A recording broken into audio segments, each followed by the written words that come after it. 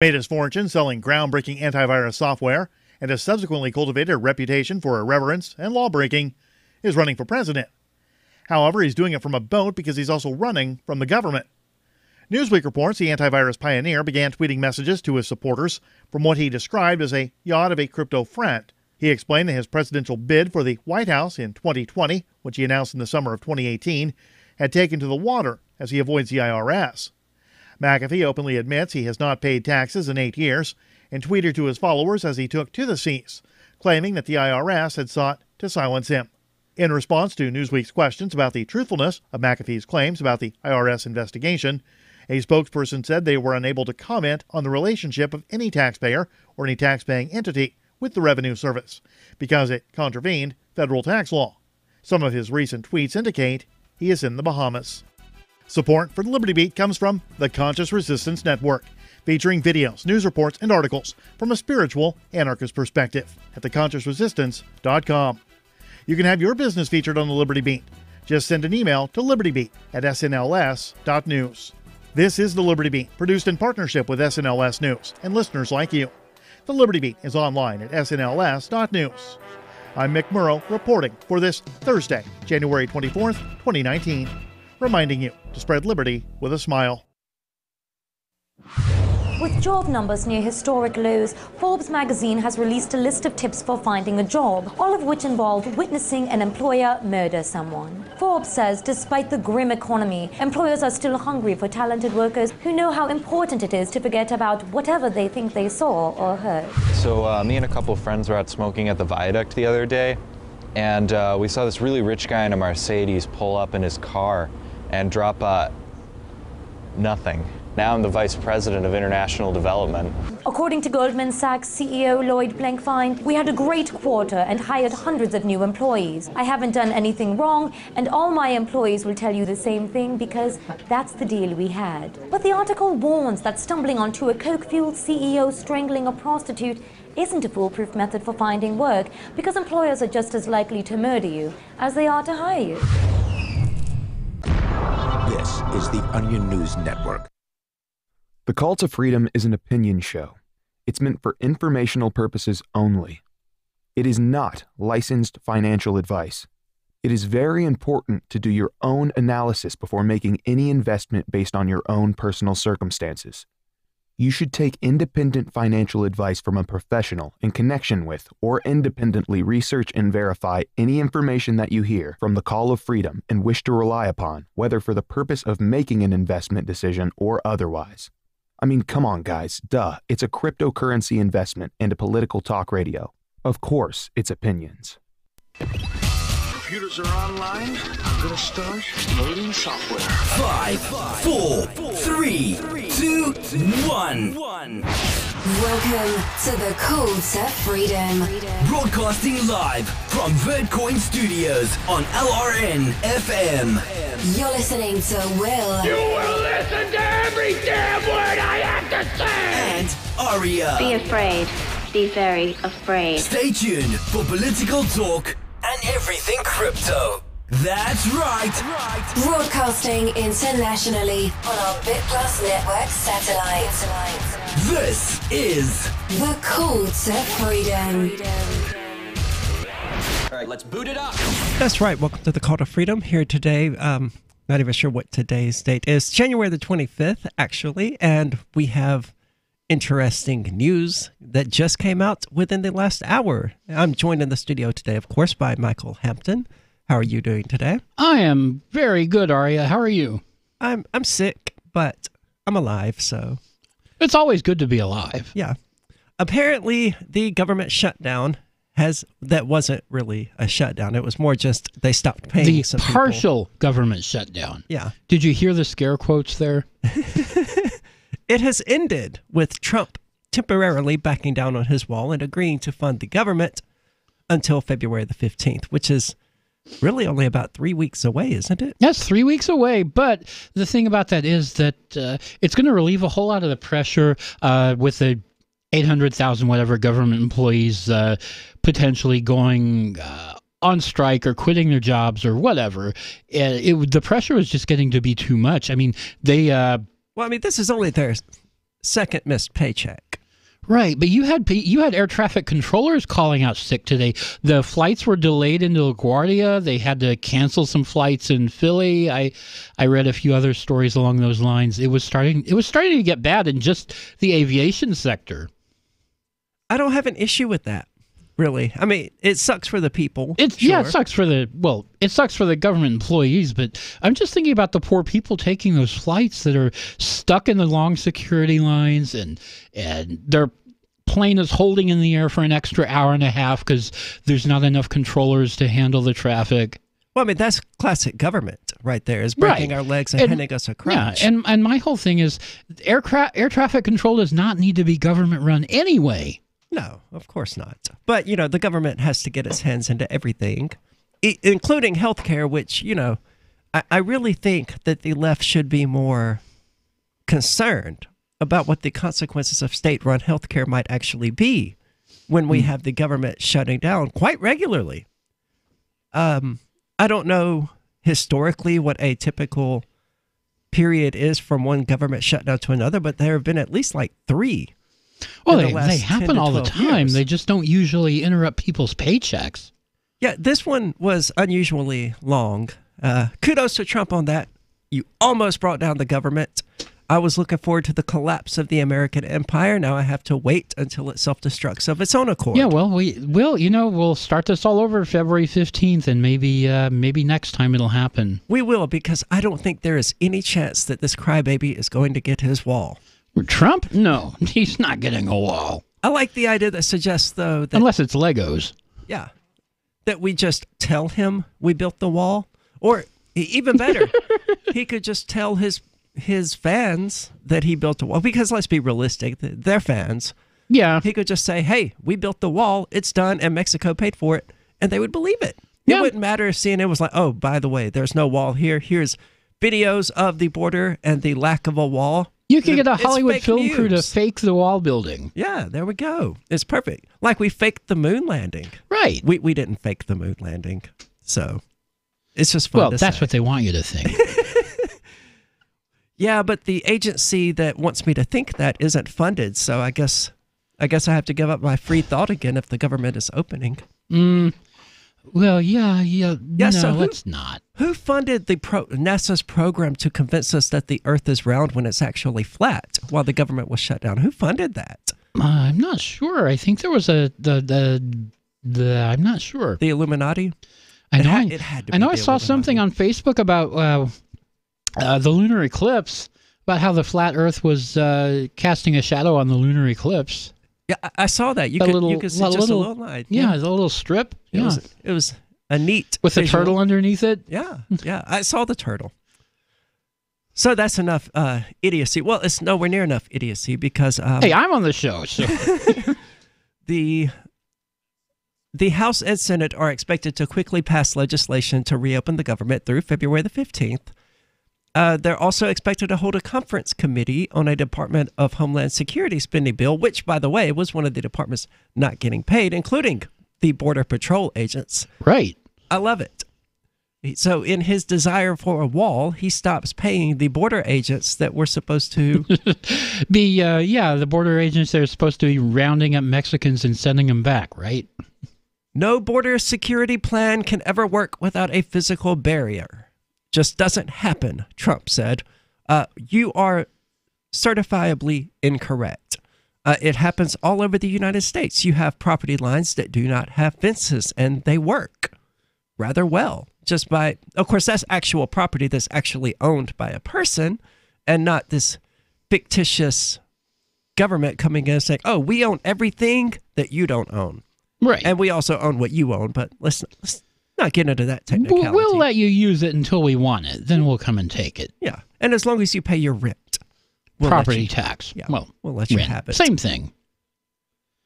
You know, on that note, I read another news story today. I didn't actually post it anywhere, but El Chapo, who the big drug kingpin from Mexico, is on trial, and one of the witnesses apparently during his trial today was saying how they don't care about a border wall because that's not how they smuggle in drugs, not in any quantity. And they don't care about tunnels either. They just stick it in cars and tractor trailers, and that's how they send it through. Interesting. Well, I think I don't think that drug dealers really have a hard time getting drugs into the United States. Yeah, they don't. They don't. What they seize is just a little tiny portion of what's coming in. Yeah, and realistically, I think that if the border control people actually were successful in controlling the border and keeping out the drugs and rapists and all of that, I think the CIA would just start importing them for us. Right.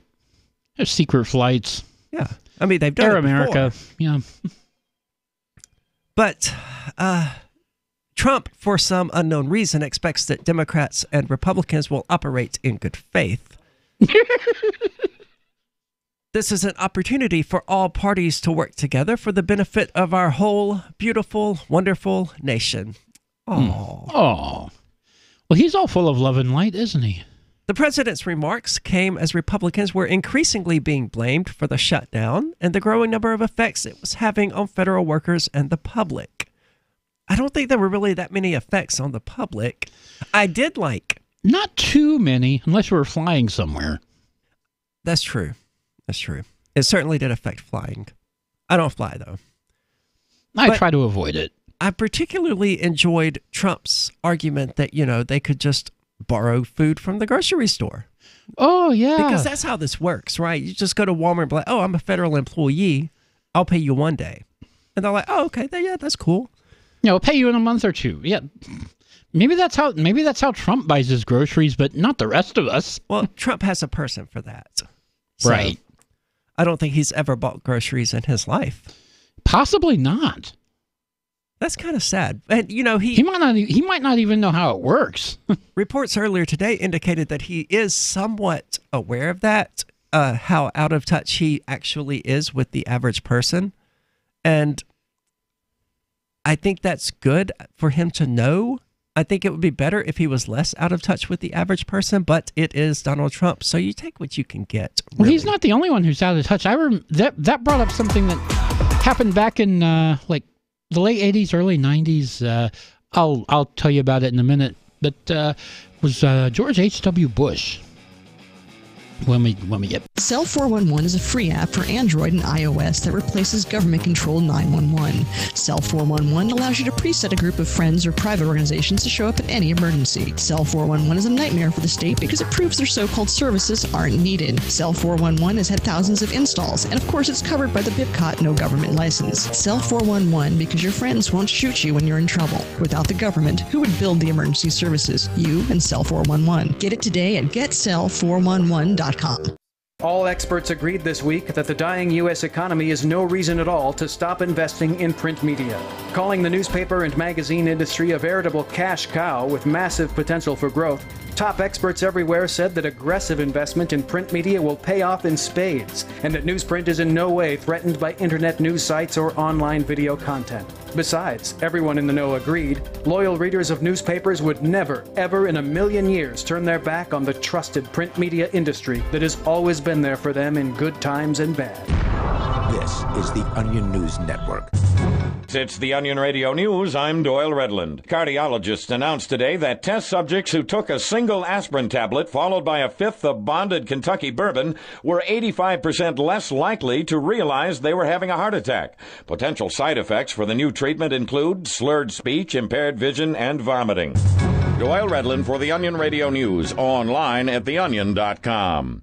Did you know we've taken our LRN.FM telephone listen line to a new level with the LRN.FM audio on demand line? Now you can call 712-770-8447 anytime and listen to LRN.FM's live feed. And you can listen to a bunch of our original shows on demand. Long distance fees may apply. Just dial 712-770-8447 and choose from the menu. 712-770-8447.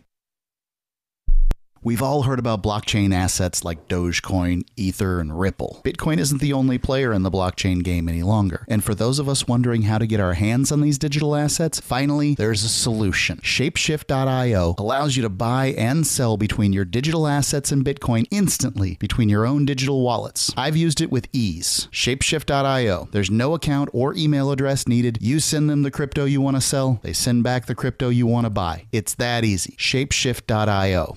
Some of you asked, and now we've delivered. LRN.FM's live Keene, New Hampshire studio shows are now streamed in HD on Twitch. Visit our channel at twitch.lrn.fm and give it a follow. If you have Amazon Prime, you get 1 free subscription on Twitch. If you use it on our channel, Twitch will give LRN.FM a monthly piece of your Prime subscription cost. So please watch, follow, share, and subscribe to twitch.lrn.fm. That's twitch.lrn.fm. Since time began, tyrants have taken aim at personal liberties.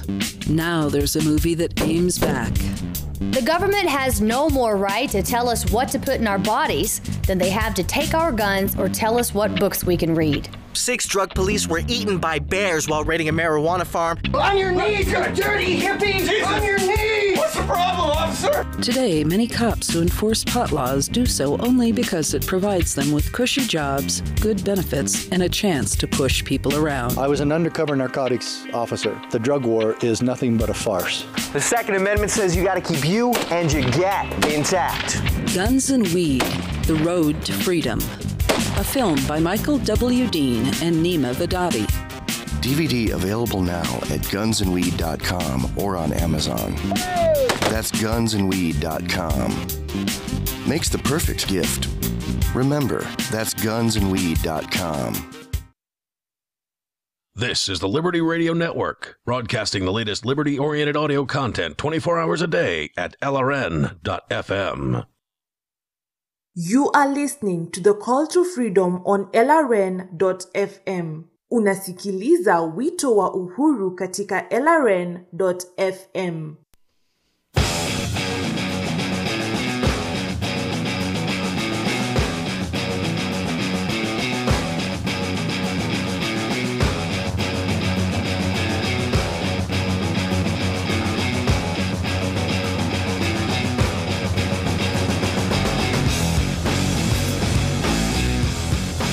All right, welcome back to the Call to Freedom here on LRN.FM, broadcasting as always from the Liberty Radio Network studio here located on LRN.FM. I'm used to saying Horizon.global, so I have to find a better way to say it. Yeah, we'll have to drop that at least until they start paying the bill again. I don't think they have any intention of doing so, but we may have a new VPN sponsor, so that would be really cool. Speaking on the shutdown, generally, it's good news for the 800,000 parasites that we have sucking our blood. Well, yeah, that's true. They'll get paid. It's bad news for everyone else. Yeah, the federal government just does way too much that it's not supposed to be doing. And even, I think it shouldn't be doing anything or even exist, but even certainly a small government type should refamiliarize yourself with the 9th and 10th Amendments. The federal government was only supposed to be doing few and defined things, and instead it is ballooned into this ridiculous, bumbling. Oh, it's a behemoth. Behemoth, yeah, that's the word I'm looking for. That is just. I hear conservatives talk about things that are constitutional, and there's very little the federal government does these days that's constitutional. It blew the Constitution out of the water long ago. That ship sailed and sank. That's what I don't get about the libertarians who say, well, all we need to do is restore the Constitution and we'll be fine. Why do you think that would work? It didn't work last time. It didn't work the first time. Yeah. Why do you think it's going to work again? So suddenly, if we strip no, it would be an improvement, but it's not going to work.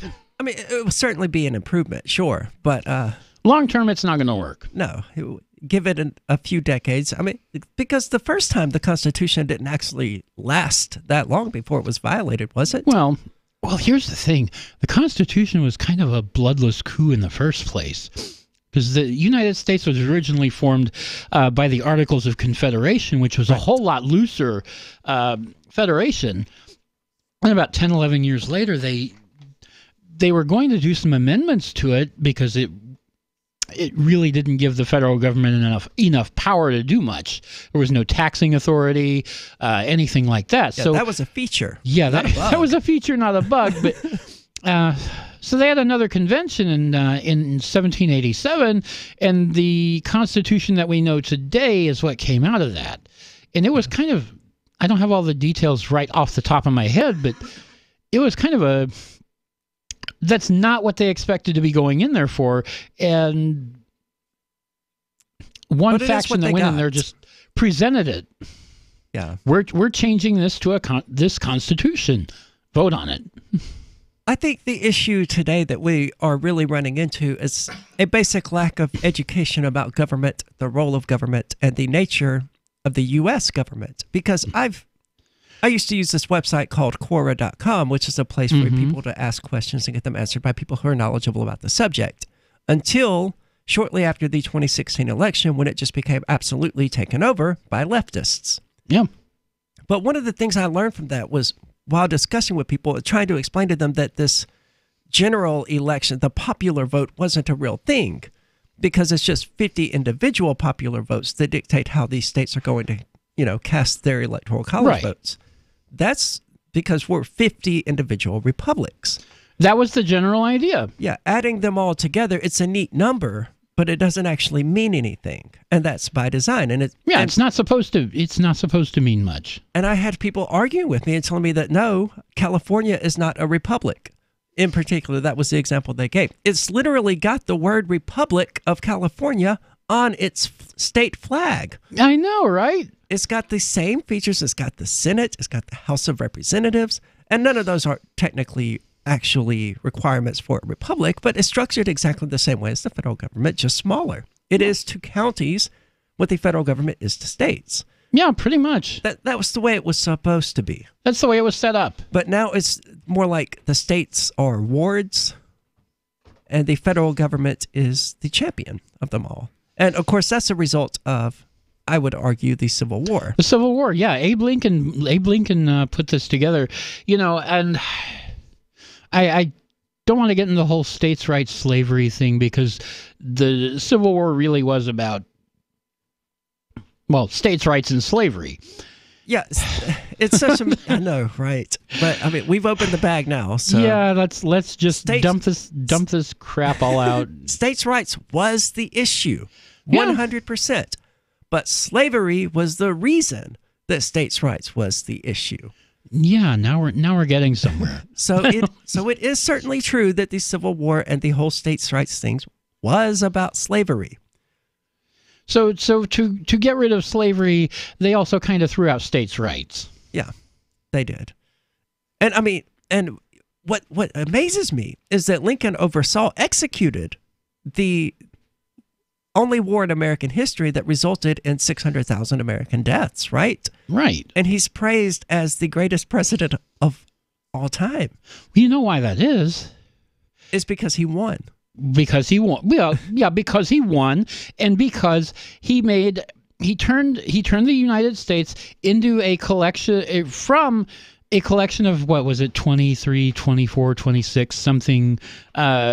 I don't know the number. States that were in a federation are suddenly a nation of 26 component, provinces. I mean, that's honestly, that's what the U.S. states have been since the Civil War. Provinces. Yeah. And they weren't supposed to be. That's why they're called states. Because the word state, at the time this country was formed, meant country. Yeah. The way we use it today. And it still does the way anarchists use it differently. It still does the way the rest of the world uses it. So, Yeah, and which is why everyone finds America so confusing. Once upon a time, I was like, look, Mississippi is a state in the same way that Germany is a state, in the same way that France is a state. And we created this entirely new term called the nation state so that we can exercise doublethink and cognitive dissonance and get around the fact that the 50 states of the U.S. are supposed to be just as sovereign and autonomous as Germany. Right. And that's my warning for the people in the European Union. You see America today and how Mississippi or New Hampshire or whatever can't really fight the federal government. That's your future. Yeah, Brussels is they got their centimeter and they're taking their kilometers. So, Yeah, it's definitely, you're not going to ever gain autonomy by entering into these sorts of agreements. You're only going to lose them. And once you lose it, you have to fight a war to get it back. Well, and unless you're Britain and you, the EU does have an exit clause, and that's how the UK is getting out, which is, I've got mixed feelings on that, but allegedly getting out. We'll see how it goes. Apparently, the Queen has told them to stop bickering and come to an agreement. So it's nice to see the Queen actually doing something besides living off, stolen wealth that her family amassed for the past few generations. We'll be back in a minute. The warning signs. First, he made me feel special. He promised he'd look after me, provide for my future. He broke every promise he made. Millions of Americans afflicted. I was ready to leave, but he told me he'd change. So I gave him another chance. I was such a fool. The consequences. Things only got worse. He started making my decisions for me. About my job, my kids' education, my money, my safety, my future. He took away my choices, but I kept going back to the same politicians. The diagnosis? Battered voter syndrome. I fell for the same old lies. They were just playing with my emotions, telling me what I wanted to hear. That's not right. If you're tired of the two-party system but want to support a principled Libertarian Party, check out the Libertarian Party of New Hampshire at lpnh.org. That's lpnh.org. When you hear the word lobbyist, you probably think about greedy corporations, but not all lobbyists are the same. Some are fighting for the freedoms you hold dear. Liberty Lobby LLC is doing just that in New Hampshire, working hard to represent you, not some special interest group. You can help by going to libertylobby.info, where your contribution will give us the tools we need to ensure that your voice is heard. Visit libertylobby.info today to find out more. Why did you move to the Shire? I moved here to the Shire because there's other people around who take liberty just as seriously as I do. I moved to the Shire because I saw videos of people challenging authority and thought that I could get support myself. It called to me, like, do this, right now. I wanted to be around people like me who got it, and once I got here, I knew there was nowhere else that I wanted to be. I've always wanted to change the world, so I moved to the Shire to join people who were actually working towards doing the same thing. The people here are awesome, loving, and positive. It was for the adventure and for the feeling of something important is happening here, and I just wanted to come to sort of be part of that. Visit ShireSociety.com to read and sign the Shire Society Declaration and learn the reasons why, if you love liberty, you should immigrate to the Shire. Plus, connect with others via the forum at ShireSociety.com. That's ShireSociety.com. Did you know you can listen to LRN.FM via our free-to-air satellite channels? We have channels over nearly all of North America and much of Africa. All you need is an affordable receiver and a dish as small as 30 inches. There are no monthly fees. Learn more at sat.lrn.fm. Plus, if you are a broadcaster or want to be one, this is a good delivery method for our content. See our coverage maps and get details at sat.lrn.fm. That's sat.lrn.fm. sat.lrn.fm. So the protection of life, liberty, and property is what the Free State Project is all about. But it's an effort to move 20,000 people who understand. It's about demonstrating to the entire country that, yeah, we can have a free market, a truly free market. Making it just a freer, great place to live. It's the world's largest voluntarist libertarian community, and it's only getting bigger. That's amazing, to be able to move to a place where other people passionately believe in being free and independent. What the Free State Project is managing to do, though, is to put their money where their mouth is. It's physically getting up across the country and saying, let's go someplace and let's demonstrate the power of these ideas. There's a lot of kind of philosophy that surrounds liberty. There's a lot of thinking about it and talking about it. But here in New Hampshire, people are doing it. 101 Reasons Liberty Lives in New Hampshire, a documentary by Free State Project Early Movers. Watch it free at 101reasonsfilm.com. 101reasonsfilm.com. You can sign up to receive the latest about the Liberty Radio Network via our email updates at updates.lrn.fm. That's updates.lrn.fm. You are listening to The Call to Freedom live on LRN.FM. تستمعون إلى نداء للحرية مباشرة على LRN.FM.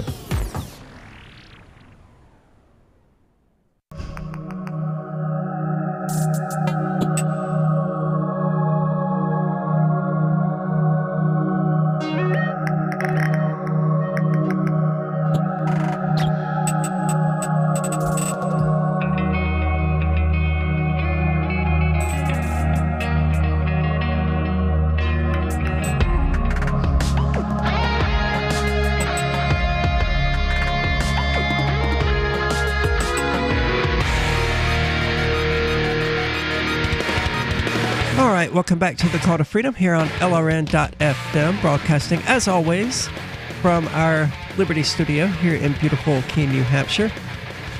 And we've been discussing, we started out by discussing Trump and the shutdown, and of course we carried that into its natural trajectory, which is just kind of how government sucks and shouldn't exist, and how federal governments have taken over the world, and how Brussels is going to do to the EU, currently independent states of the European Union what the federal government here in the United States did to the states.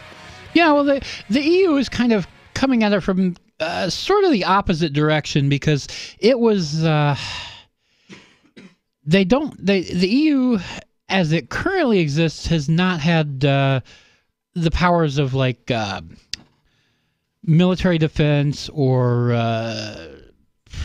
do they not? Diplomacy or whatever. Like if Germany delegated was invaded? to it, right? No, I say that the member states still have their own national militaries. Okay. Well, technically, don't the individual states here in the U.S. technically? I mean, they have their national guards, but not. That's a national. Yeah, guard. that's what they call it. But that each one of them is a state military. Oh, really? Interesting. I am ignorant about the military beyond the fact that it shouldn't exist. There's the U.S. military, Army, Navy, Air Force, Marine, Coast Guard. That's all national, and then there's the National Guard, so-called, which is state level. Well, speaking of military, something that people have been wanting, I suppose, me to go into for the last several days, and I just kind of refuse to because I don't care. Well, there are people who do care about this. There are. My take on it is, oh no, trans people can't murder brown kids for money now. It's the end of the world. And people are like, well, you're letting your antagonism for the military get in the way of this actual discrimination that is going on.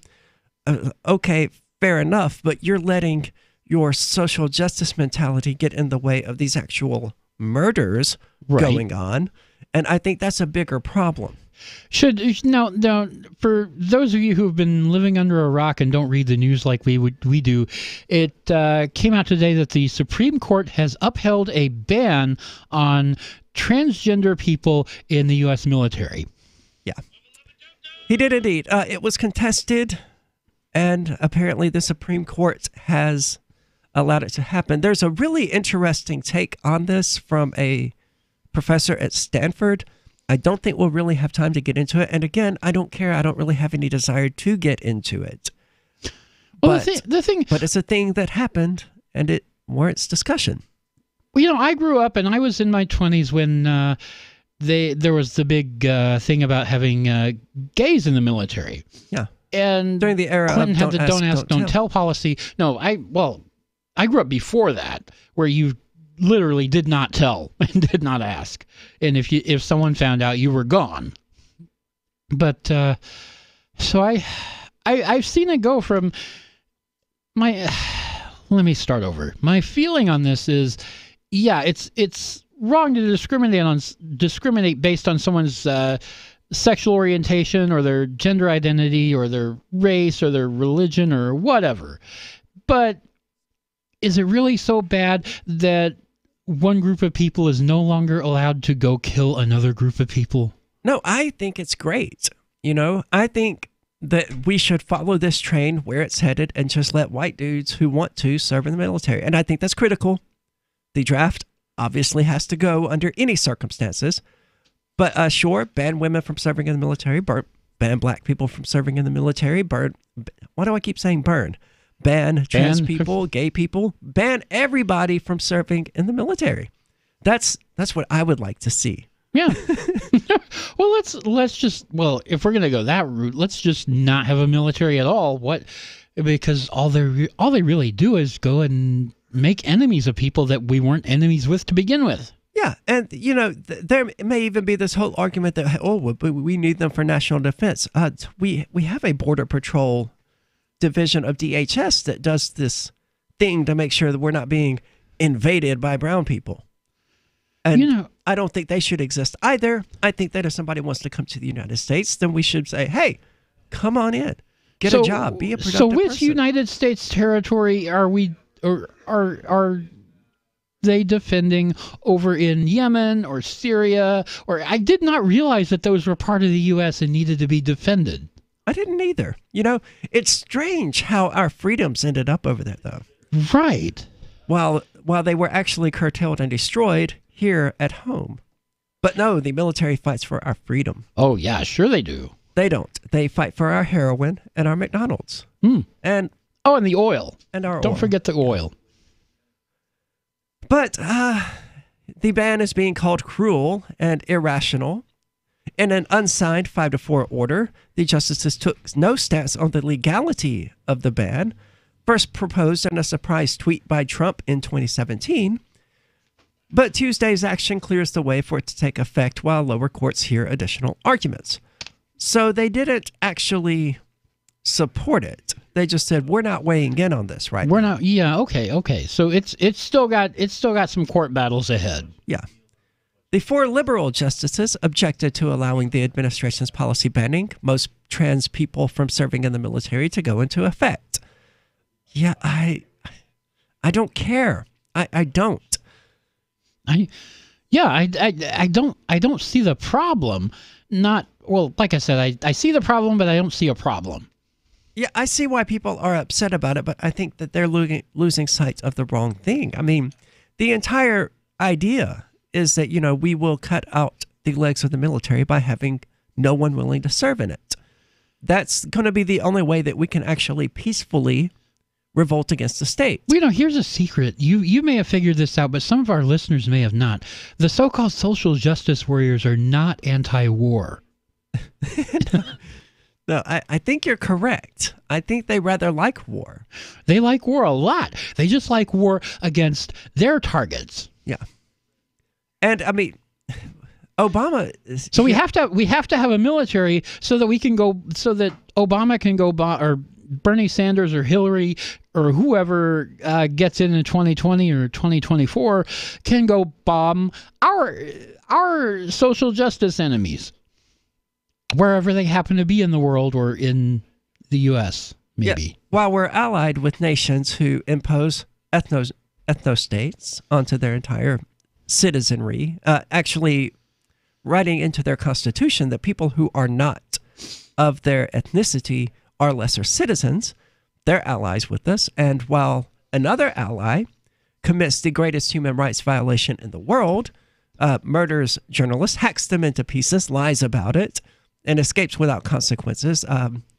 Right. Throws gay people, LGBT people off of rooftops. Only this year started allowing women to drive. Yeah. And they still have to wear the veil. They do. But, you know, so those are the SJWs allies. are not complaining about any of this. No, they're not. Why do you think that is? Because they're too busy getting upset that, you know, some trans person had to pee in a bottle because they couldn't use the women's room.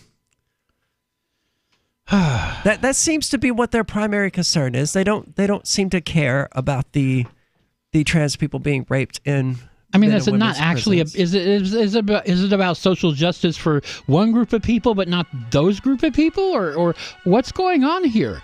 If you're a social justice warrior, I want to hear from you. Yeah, please if give we us a actually call. have any listening. Yeah, give us a call at 603-283-6160. We'll be back here in a few minutes. Are you a cryptocurrency advocate? The Crypto Tip is the ideal outreach tool to help new people discover cryptocurrency. It's a printable business card-sized tip that you can give to service providers, preferably in addition to a good cash tip. When the server scans the QR code, it'll bring up an explanation of cryptocurrency, how to install a wallet, and allow them to claim the tip. If they don't claim the crypto, you get your tip refunded to you after a time period you specify. Plus, if they do claim the tip, you get an email alert. Create as many tips as you want at cryptotip.org. That's cryptotip.org. I just heard the best sales pitch I've heard in a long time on an airplane. The flight attendant announced, "If you paid more than $75 for your round-trip ticket, you overpaid." This is brilliant because everybody on the flight paid more, and I was struck by how all the road warriors stopped typing and reading and working and looked up. The announcement invited us to apply for the airline's credit card, and the sign-up bonus, enough frequent flyer miles for a free round trip. Talk about turning lemons into lemonade. With some banks offering free credit cards, $75 is an outrage for an annual fee, but a bargain for airline tickets. For more tips on communicating more effectively, hit survivalspeech.com, where you can see how I got the CEO of another major airline to shower me with freebies. I'm Holland Cook. Now that you've found the Liberty Radio Network at LRN.FM, you may want to help expose others to our great programs. To assist you in doing so, you'll find resources at promote.lrn.fm, including details on how to get a free bumper sticker, quarter-page flyers you can print out and distribute, banners for your website, as well as files that will allow you to make your own custom banners and graphics. Visit promote.lrn.fm and help bring new listeners to the Liberty Radio Network. That's promote.lrn.fm. Are you tired of your taxes funding endless occupations around the world? Antiwar.com is run by people who understand that wars abroad become wars at home, wars on our freedoms. Antiwar.com is dedicated to bringing you the latest in news, views, interviews, and reviews from the top movers and shakers in the anti-occupation movement. Antiwar.com has it all, from thorough foreign policy analysis to interviews with whistleblowers who used to run the military-industrial complex. Anti-war, pro-free market. That's antiwar.com. LRN.FM is proud to announce our official listening apps for Android and iOS devices. Now you can easily tune into our streams anywhere, anytime on your smartphone or tablet. Just visit apps.lrn.fm or search for LRN.FM in the Android or Apple app stores. Please download, rate us 5 stars, then share the link on your social media and let your friends and family know how you're listening to LRN.FM. Download it now, free at apps.lrn.fm. Free Talk Live. There's only one place you could have sex without everybody else knowing about it. That's in the bathroom. Unless you want to go back into the crew quarters, which might give you bonus points. The Mile High Club awards you, I suppose, based on the amount of times that you've entered into the club. Not only do you want to be in the club, you want to be the top dog. Yeah, right? you got to be a premier member. So I would think there'd have to be points for location on the plane, who you encountered with. Were you there with your girlfriend? Did you take her into the bathroom? Did you manage to get a stewardess into the bathroom with you? Did you manage to get the girl that you just happened to be sitting next to on the plane? I mean, so all of these things could be worth. Oh, man. To be a part of the Mile High Club, what's the criteria? You have to copulate in the air. Yeah. What defines copulation? Who has to have an orgasm? Does there have to be an orgasm? Or do you just have to stick it in and pull it out? Is it just penetration? Bam, bam. We're out of here. Mile High Club, give me my card. Yeah. You know? Free Talk Live, 7 nights a week from 7 to 10 Eastern, live on the Liberty Radio Network at LRN.FM. What's up next? Visit the Liberty Radio Network program guide to find out at shows.lrn.fm. That's shows.lrn.fm. This is Angel Clark, and you're listening to The Call to Freedom on LRN.fm.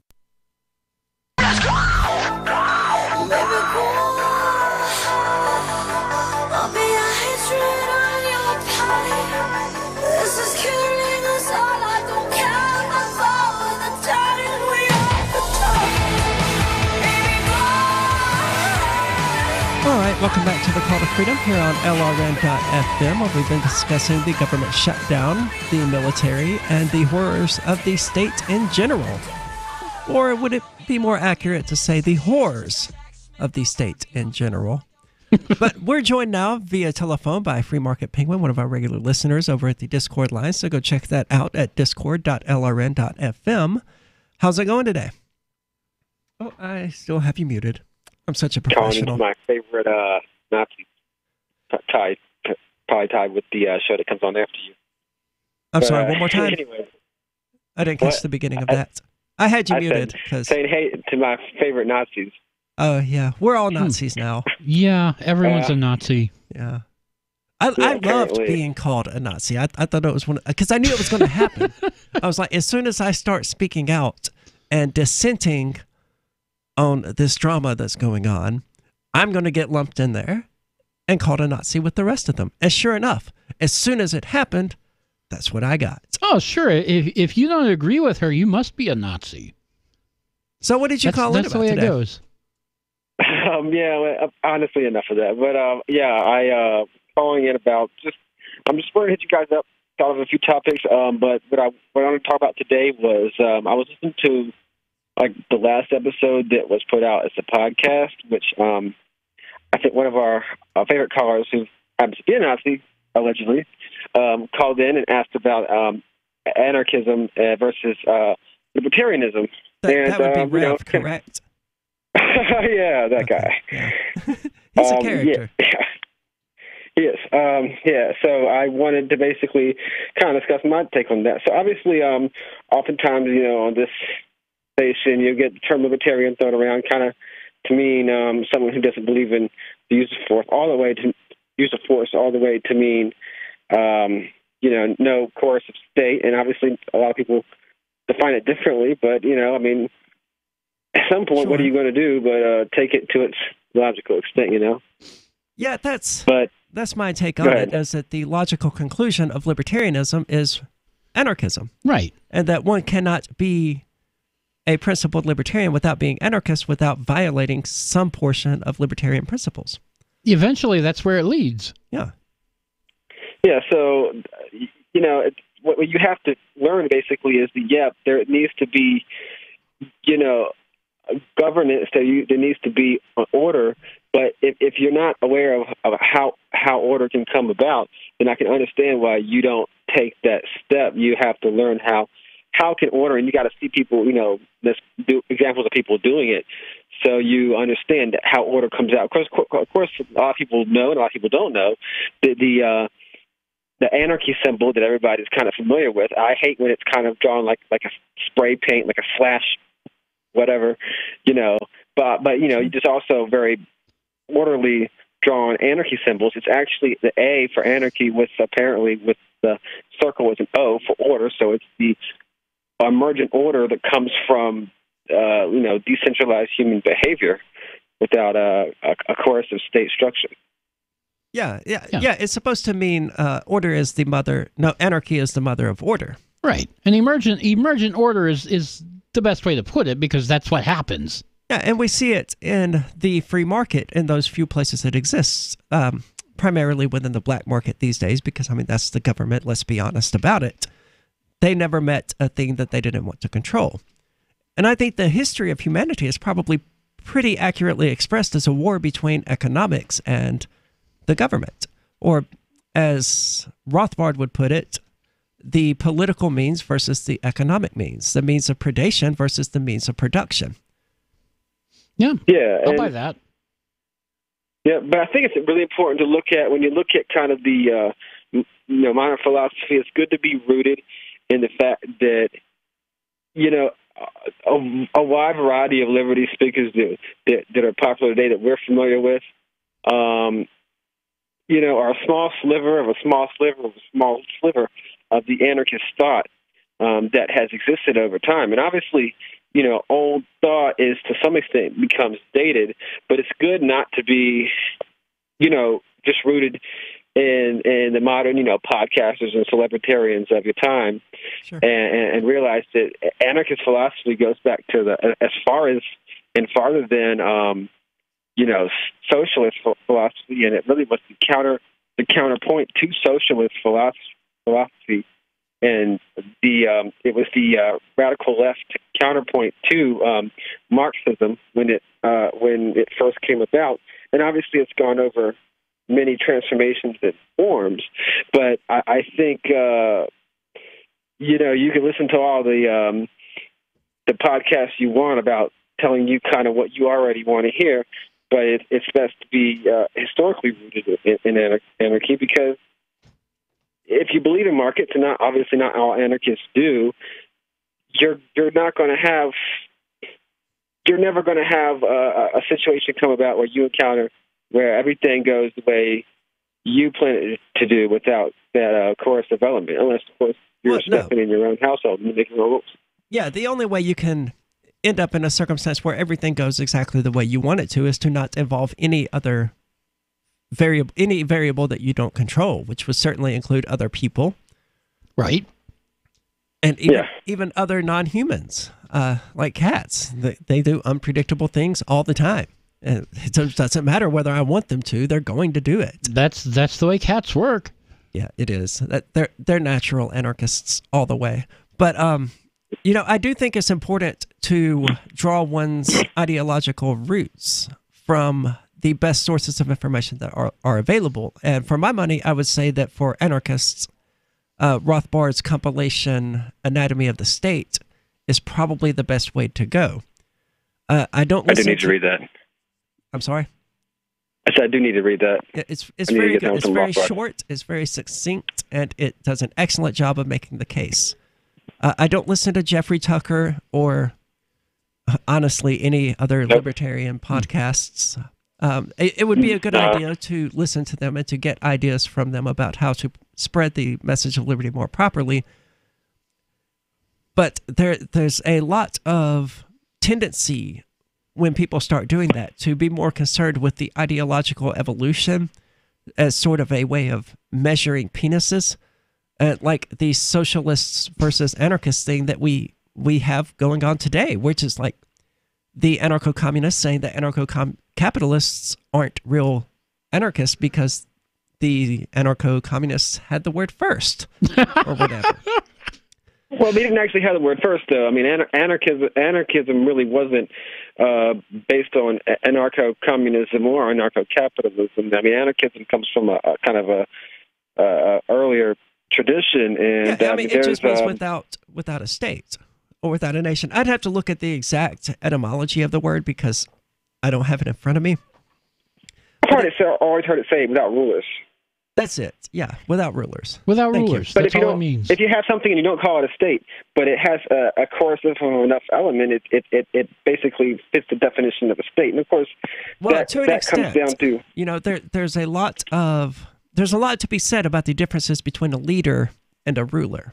And I think that here in the West, we've become so accustomed to the state that we consider them to be synonymous. And they're not. They're not. No, rulers are people who think they can control you by force and usually have the guns to do it. Leaders are people that you follow because they have good ideas. Yeah.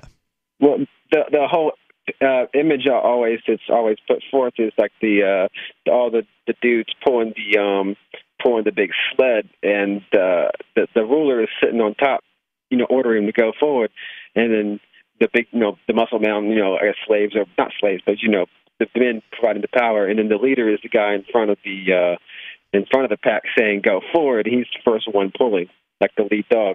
And those little dogs from Alaska, what I'm talking about. Well, that's certainly a valid interpretation. As the world as we know it, but that isn't to say that we can't just turn around and shoot the guy riding on the sled and make it significantly lighter. Well, I mean, if the idea is that it has to be pulled anyway, and oh God, I'm gonna get Van tonight because I think I just suggested assassinating Donald Trump. I was not suggesting assassinating Donald Trump. Is Donald Trump sitting on top of a sleigh? That with would be a terrible it? idea, no. and I do not want anyone to do it. I thought you were suggesting assassinating Santa Claus. That would be less likely to get me banned. But thanks for the call. When we'll get back here in a few minutes, we're going to continue on into the crypto hour. Thank you for the good Good talking to discussion you guys, about too. anarchism and voluntarism, which we didn't actually mention by name, but that's, I think, what we ultimately are. What we're Voluntarism, getting at. yeah. So Every we're- interaction should be voluntary. Absolutely. So stay tuned for the crypto news here in a few minutes. Is spreading the message of liberty, cryptocurrency, and peace around the globe worth $2 per month to you? As you may already know, in addition to our internet feed, LRN.FM broadcasts on free-to-air satellite across North and Central America, as well as Sub-Saharan Africa. And we've been available on satellite for free 24/7 since 2010. The LRN.FM free-to-air satellite signal is reaching some of the most oppressive regimes in the world, and there's no doubt our ideas are making an impact. You can learn more about the channel's impact by watching the 3-minute video at fund.lrn.fm. If you'd like to help free minds globally with our ideas of liberty, cryptocurrency, and peace, you can donate as little as $2 per month via fund.lrn.fm. You can help us continue and expand our satellite broadcast to multiple continents. Visit fund.lrn.fm today, and thank you for your help. Don't forget to share the link on social media. That's fund.lrn.fm. There are lots of ways to listen to Free Talk Live. Our podcast has been around since podcasts began, and now the FTL feed is loaded with content besides our full show archives. Did you know that we make it easy for you to customize your podcast subscriptions? We have different feeds, one that includes only our full shows, one with just the Daily Digest, and one with just the Edgington Post. You decide what you listen to. It's quick and easy to customize your feeds at feeds.freetalklive.com. That's feeds.freetalklive.com.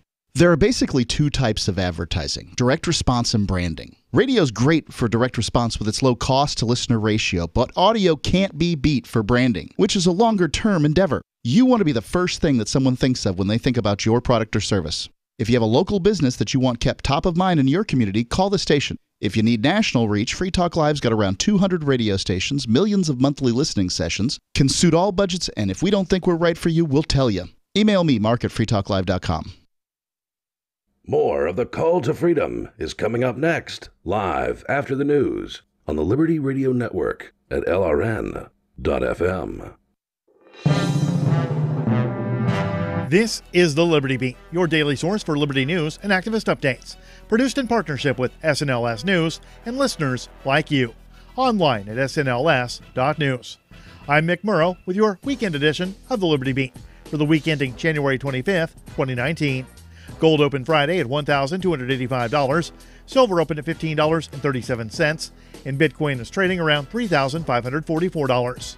Today's prices are brought to you by InnoScale. Take off with Managed Cloud. Looking for a safe, secure way to store your important files online? Let InnoScale handle it for you. Their high-availability cloud servers are the perfect solution for clients needing one or more secure, scalable servers with built-in hardware failover protection. For details, see them online at innoscale.net.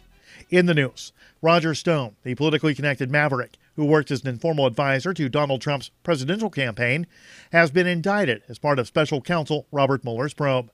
Stone has been indicted on 7 counts in connection with Mueller's investigation, including 1 count of obstruction of an official proceeding, 5 counts of false statements, and 1 count of witness tampering. The Hill reports Stone was arrested in Fort Lauderdale, Florida. The indictment was filed in federal court in Washington, D.C. on Thursday and then sealed upon arrest on Friday.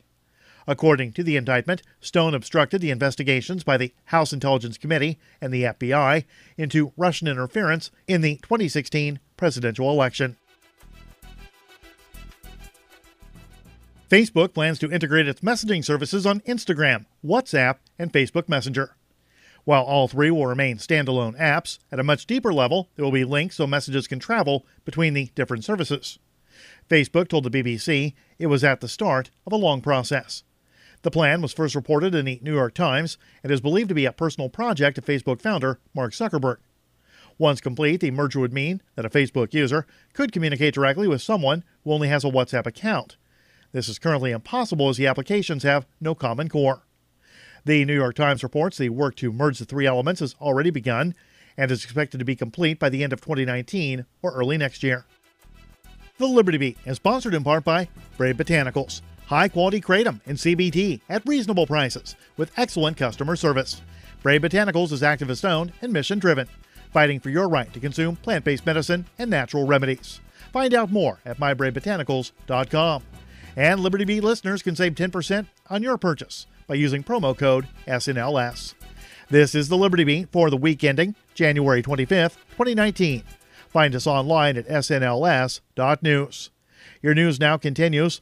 Bayer AG unit Monsanto has asked a California judge in the litigation over its glyphosate-based weed killer, Roundup, allegedly causing cancer, to limit evidence by splitting an upcoming trial into 2 phases, a request previously successful with another judge. Reuters reports that Monsanto, in a previously unreported filing on January 15th, asked California Superior Court Judge Winifred Smith in Oakland to split a March trial by a California couple into 2 phases. Such a step would limit evidence the plaintiffs in the litigation consider crucial to their cases and described as critical to a jury last year, awarding $289 million in a similar case. Under the company's proposal, lawyers for Alva and Alberta Piliad in the initial trial phase would be barred from introducing evidence that the company allegedly attempted to influence regulators and manipulate public opinion. A hearing on the issue is scheduled for February 8th. A Southern California company is leading the way with a new innovation that makes getting marijuana and CBD products faster and more convenient. Fox 10 in Los Angeles reports that the world's first intelligent cannabis and CBD kiosk, known as Greenbox, is located at Herba Collective and Marina Caregivers dispensaries in Los Angeles. It caters to both recreational and medicinal users. Zach Johnson, CEO of Greenbox Robotics, says he came up with the idea while waiting in a long line at Herba Collective. He and his team spent more than a year developing the fully automated technology. Support for the Liberty Beat comes from the Conscious Resistance Network, featuring videos, news reports, and articles from a spiritual anarchist perspective. Experience the Conscious Resistance at theconsciousresistance.com. How would you like to have your business featured on the Liberty Beat? You can. It's easy. Just send an email to libertybeat@snls.news. This is the Liberty Beat, produced in partnership with SNLS News and listeners like you. The Liberty Beat, online at snls.news. I'm Mick Murrow, reporting for the Liberty Beat for the week ending January 25th, 2019. Reminding you, spread liberty with a smile.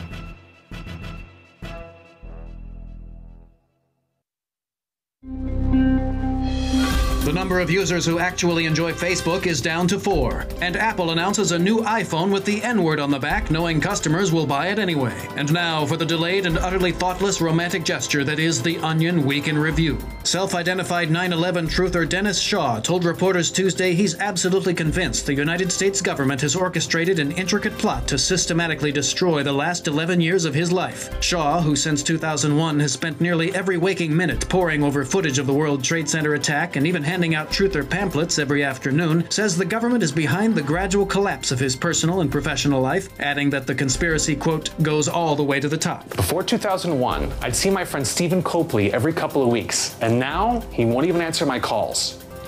The government got to him too. Think about it. My coworkers, my wife, my friends, everyone calling me crazy after September 11th and wanting nothing to do with me. What are the chances of that? This is the Onion News Network. The Call to Freedom is an opinion show. It's meant for informational purposes only. It is not licensed financial advice. It is very important to do your own analysis before making any investment based on your own personal circumstances. You should take independent financial advice from a professional in connection with or independently research and verify any information that you hear from the Call of Freedom and wish to rely upon, whether for the purpose of making an investment decision or otherwise. I mean, come on, guys. Duh. It's a cryptocurrency investment and a political talk radio. Of course, it's opinions.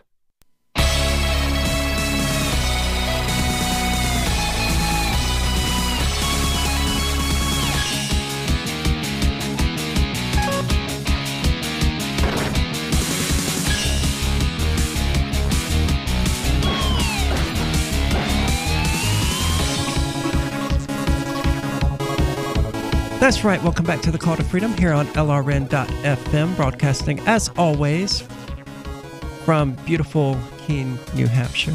Sorry about that. So crypto is still not doing much of anything. We have a lot of talking heads out there. Someone from, I think it was JP Morgan the other day. I was never able to find it again, but someone from JP Morgan, I think it was, or Goldman Sachs, one of those state-run institutions. What did they say? Said that Bitcoin is going to hit $0. Well, of course. Well, yeah. Bitcoin hitting $0. Oh, come on.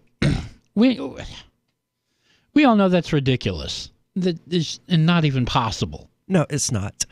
But coming from people who aren't absolutely retarded, I'm an advocate of proof of stake. I think it solves a lot of problems that do need to be solved. I don't think it's perfect. I don't think it's better than proof of work. I think it solves a different set of problems and that each has their advantages and disadvantages. But a recent study has found that certain proof of stake networks are vulnerable to low-cost attacks. More than 26 proof of stake blockchains could suffer from vulnerabilities called fake stake attacks. How does this work? Hopefully the article will explain it. I doubt it.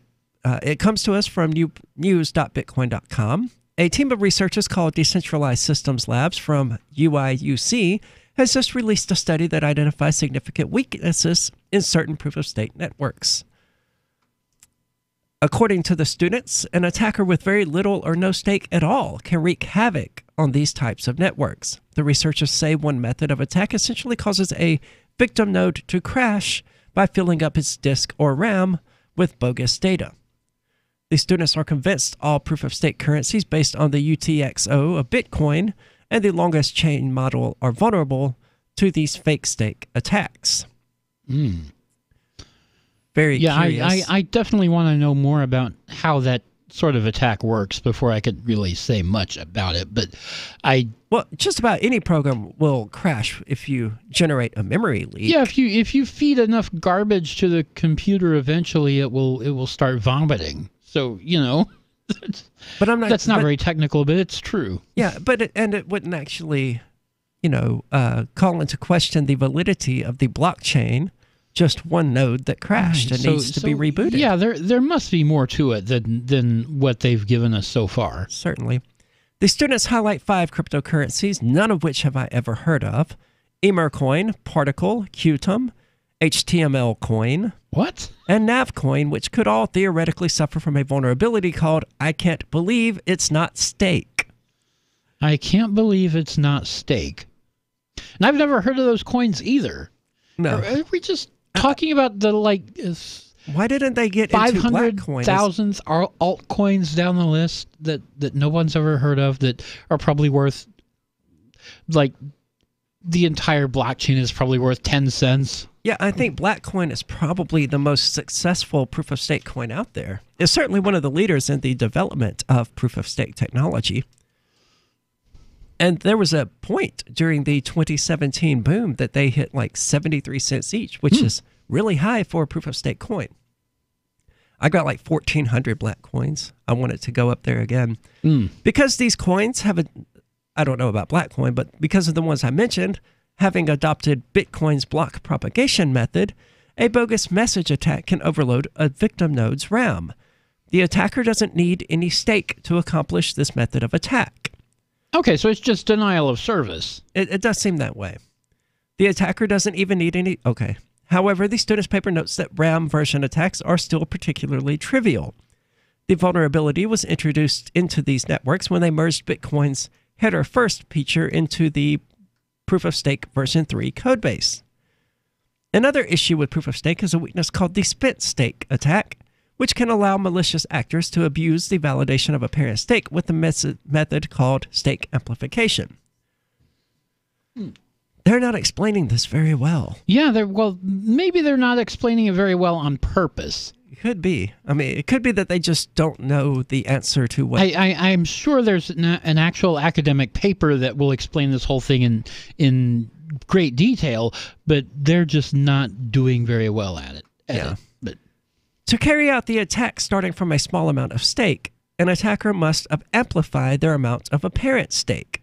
For example, even with 0.01% stake in the system, the attacker only needs 5,000 transactions to mine blocks with 50% apparent stake power. What? Yeah,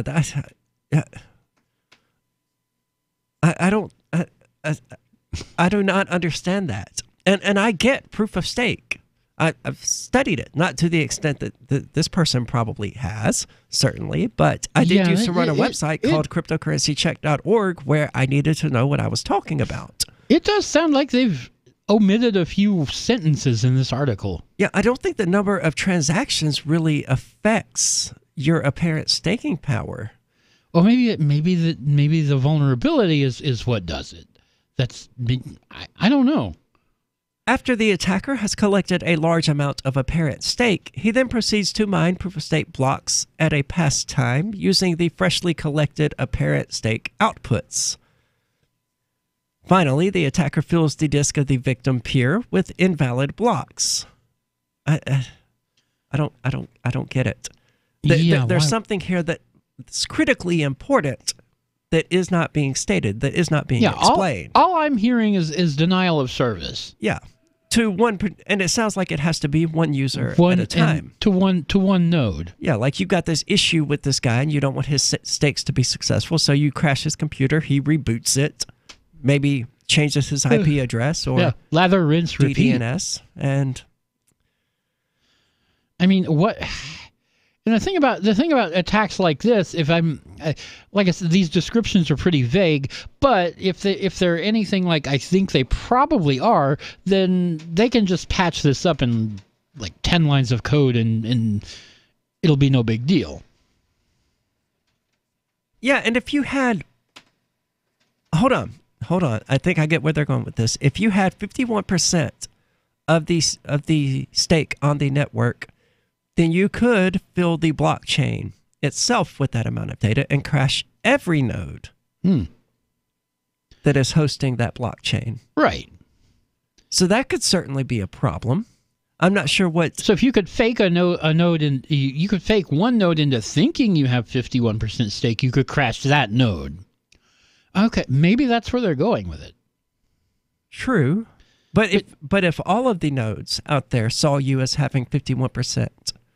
Then you could do the same thing, but that same issue exists in proof of work. Right. You just need to control 51% of it, and you can essentially do whatever you want. If you control 51% in proof of work, then you can just mine all the coins you want, you know? Yeah. Well, and that's probably true if you control 51% of the stake as well. Just you'd probably have to code it yourself and, do some other shenanigans, but there's no reason you could say, okay, well, I have 10 quadrillion of these coins now. But here we're talking about, I think the article's talking about someone faking that they have 51% stake. Yeah, they are. They're talking about apparent staking power, whatever that means, because they were certainly vague about it. And they were certainly vague about how on any of these proof-of-stake coins one amasses what appears to be apparent stake power that doesn't actually exist. Now, I've staked coins. I'm staking Blackcoin right now because it's just sitting there doing nothing otherwise. Right. And I'm not aware of any way to trick the Blackcoin network into thinking that I have more coins than I do. I'm sure somebody capable of coding the wallet could make it do that, but even then the other peers would reject it. Right. Because that wallet. This Your Family Today tip is brought to you by Nestle Pure Life Water, helping you drink better and live better by providing a zero-calorie alternative to sugary drinks. Visit us at nestle-purelife.us. When kids are playing, they often don't want to stop to keep hydrated, so send them out with a bottle of water and encourage them to take frequent drink breaks, or call them inside for a quick sip. For more tips like these, visit us at parenthood.com/yourfamilytoday. Hi, I'm Derek J. I don't want a politician to represent me. To me, government is the idea that one group of people can coerce everyone to comply with an edict, or face increasing punishments up to and including death. Despite perhaps the most noble of intentions, the best government services are a far cry from what could be provided for by voluntary interactions. Besides, the people who call themselves the government wage wars and put peaceful people in jail for crimes involving no victims. If Starbucks used some of its money to drop bombs, I wouldn't shop there. So why would I support the American empire? The empire does not require my consent. Derek J's Victimless Crime Spree. Watch it for free and order the Director's Cut DVD at victimlesscrimespree.com. That's victimlesscrimespree.com. LRN.FM now has a Discord. Discord is a free text and voice chat platform, and we now have our own server with a bunch of channels at discord.lrn.fm. You can join other listeners as they chat about various things during our live shows, or anytime, day or night. Discord software is available cross-platform, so you can have it on whatever device you want and take your chats anywhere. Join our Discord at discord.lrn.fm. That's discord.lrn.fm. What do you shop for that you could otherwise buy at Amazon? Pretty much everything, right? Amazon has competitive pricing and they deliver, and that's a big plus. If you could plan ahead in your shopping, would you be interested in saving up to 33%? There's a catch. You have to do your shopping in Bitcoin. But imagine those savings. It's like a huge raise. All you have to do is go to saveitpurse.com. We've saved thousands, and you can too. Plan ahead and save. Saveitpurse.com. The LRN.FM social media channels have been revamped. We've eliminated Facebook and focused on other platforms like Twitter and Mastodon, the decentralized alternative to Twitter. On our accounts, you'll find posts from multiple LRN.FM show hosts together in one place. Follow us on Twitter at twitter.lrn.fm, or better yet, move to the decentralized Mastodon social media platform at toot.lrn.fm, toot.lrn.fm. I think you'll like it. On Free Talk Live, we're bringing people to the ideas of liberty every day. From wrestling superstars like Glenn Jacobs. You guys really are having an impact, I believe. Like I said, a lot of where I am now is due to listening to Free Talk Live. You changed my mind on some very important issues years ago. To random people tuning in on the radio. I was kind of stuck in the left-right paradigm. I heard your show by chance on a Saturday night. From there, I went on, joined the Free State Project, and become an amplifier. So, I mean, that's really the reason why I amp is because I know that if it wasn't for you guys being on as many stations as you are, I never would have found the ideas of liberty. Your amp will directly change more lives by getting Free Talk Live in front of people looking for talk radio online and on the air. When you amp Free Talk Live, you get perks like access to the AMP-only Facebook group and AMP podcast. Visit amp.freetalklive.com. Join the LRN.FM Discord for live chat 24/7 at discord.lrn.fm. That's discord.lrn.fm. You're listening to The Call to Freedom on LRN.FM. تستمتعون إلى برنامج نداء للحرية مباشرة على LRN.FM.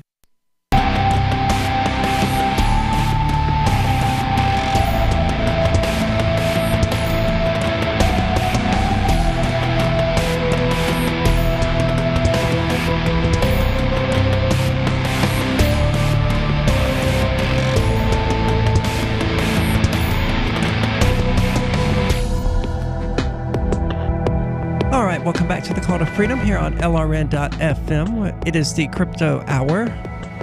And before we get off into that, I wanted to invite you to give us a call at 603-283-6160. Again, that's 603-283-6160. Or give us a call via Discord if you want better call quality at discord.lrn.fm.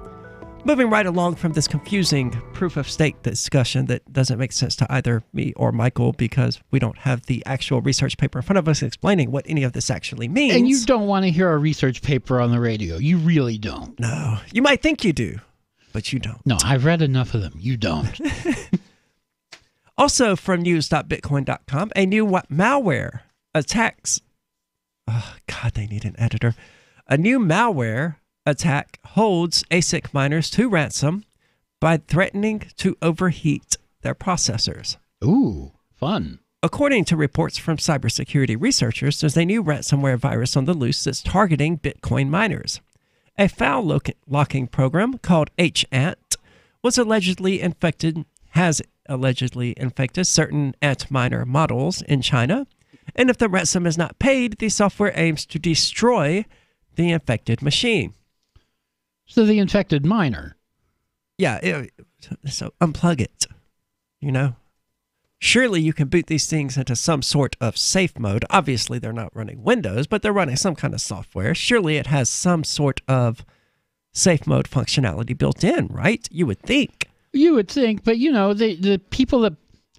Here's the thing about developers is that they do the minimum amount of work that they can possibly get away with. So things like robustness and security tend to take a back seat. And that's even true in the cryptocurrency world where you really need this sort of thing.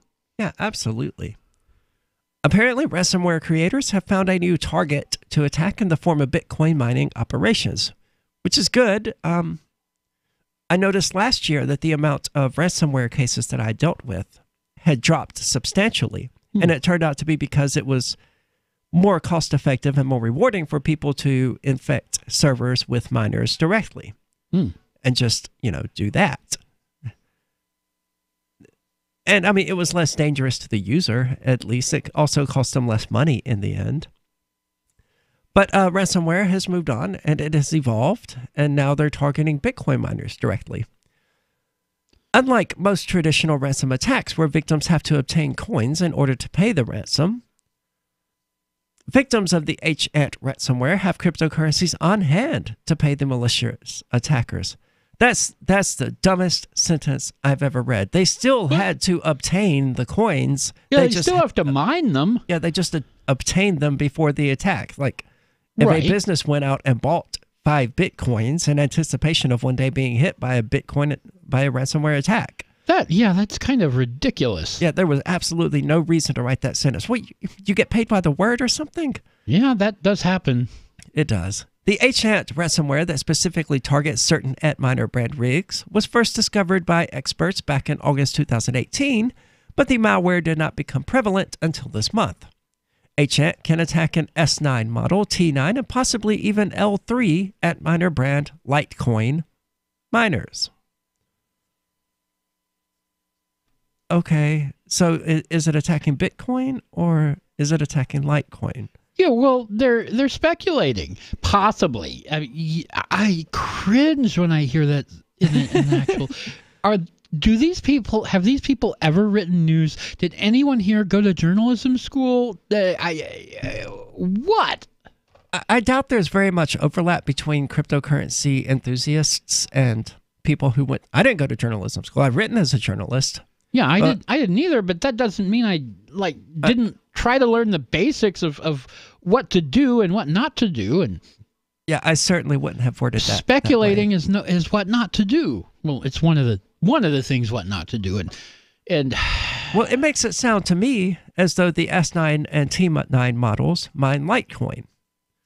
But I think what they were intending was that the L3 miner mines Litecoin and the other two are Bitcoin miners. They didn't specify that. Yeah, that's part of the problem. The L3 miner mines Litecoin. What they seem to be speculating on is that the ransomware might be able to attack the Litecoin miner. Right. There have also been limited reports of Canaan brand Avalon miners that have been infected. The report detailed that once a mining rig is infected with the HANT virus, the device will seize and stop mining cryptocurrencies.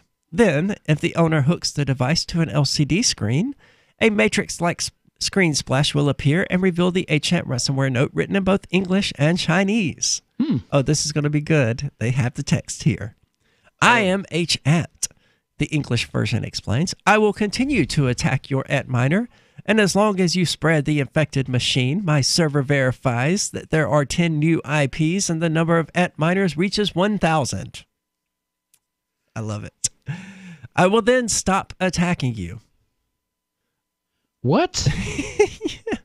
It's pretty standard, I mean, for ransomware notes to be abject nonsense like that. It's supposed to be a threat. It's supposed to be a threat, but I don't understand what the hell they're talking about. Well, I will. 10 new IPs and the number of Antminers reaches 1,000. What are you trying to do here? I don't know. Are you trying to steal crypto or what? I can also turn off your Antminer's fan and overheat protection, which will cause you to burn your machine or can burn down the house. The house? God. Okay. Oh my God, I love this. I need to see the full text of this. Click the download firmware patch button. Yeah, because if you that's definitely what you want to do if hit with a ransomware attack is to download a patch. To download the firmware patch with your specific ID and just update it to your normal Antminer firmware to get infected. What? This is part of the ransom note. Part of the ransom note is they want you to put their firmware on your miner. Okay. Oh, you can... What is going on here? You can bring the machine that updated the patch to another computer room to complete the infection or induce others to use the firmware patch in the network group or pay 10 Bitcoin and I will stop attacking. So they're saying you can either spread my malware or you can pay me. Okay, I guess I'm starting to follow. It's just this English. I'm not sure if this English translation is just terrible or what. Oh, it's absolutely terrible. The Chinese translation may be better. I don't know. I can't read Chinese, and it's written in Chinese characters. Yes, 100%. it is. But I love it. It is pretty standard for cryptocurrency ransomware notes to be just sort of nonsensical like that in broken English, where you have to really understand what the human brain to figure out what in the world they're trying to say, because they don't do English good. Right.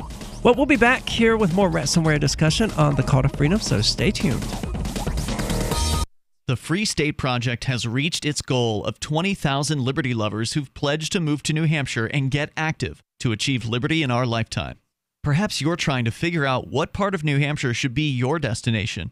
If so, consider Keene. You'll find more than 150 reasons to move to Keene at move.freekeene.com. Keene is famous for its historic, publicity-generating activism, as well as being the liberty media capital of the world. It's home to freekeene.com, New Hampshire's destination for liberty activism, news, and opinion. For years, we've been compiling over 150 reasons to move to Keene at move.freekeene.com, where you'll learn about some of what's happening here and what makes Keene a great place to live. If you love liberty, you'll probably enjoy anywhere you end up in the Shire. But do your due diligence first. Please visit move.freekeene.com for the full list of over 150 reasons to move to Keene. That's move.freekeene.com.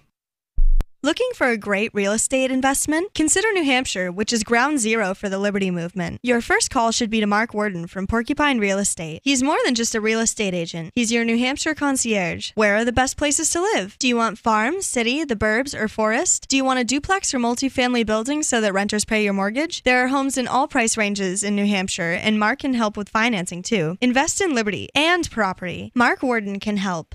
PorcupineRealEstate.com. This is Michael Dean from the Freedom Fiends. I've run websites since 1996 and have used over a dozen web hosts in that time. AgristHosting.com is the only one that hasn't broken my heart. Agrist Hosting's uptime and service is stellar, and their DDoS mitigation is the best I've seen. That's important because if you tell the truth in this world, you'll ruffle feathers. And some people will try dirty tricks to silence your voice. No matter what the haters hit us with, Agrist Hosting keeps our websites online. If you have a mission-critical commercial presence or a world-changing activism site, you cannot tolerate any skullduggery. So go with agristhosting.com. Have a WordPress or blog site, but you're not satisfied with performance or uptime? Or just want raw hosting? Want to pay with Bitcoin? Agrist Hosting specializes in high-performance hosting with personalized service. Go to agristhosting.com and click on the button that says Get Hosted. That's agristhosting.com. Imagine someone in your community getting in their car, turning on the radio, and hearing the Liberty Radio Network. You can make that vision a reality with your own micro radio station. Visit broadcast.lrn.fm to learn how you can put our programs on the air in your area. You can have LRN.FM running around the clock, and you can even add in your own local shows. Building a radio station is simple, but programming isn't. That's where LRN.FM comes in. Learn more at broadcast.lrn.fm. That's broadcast.lrn.fm.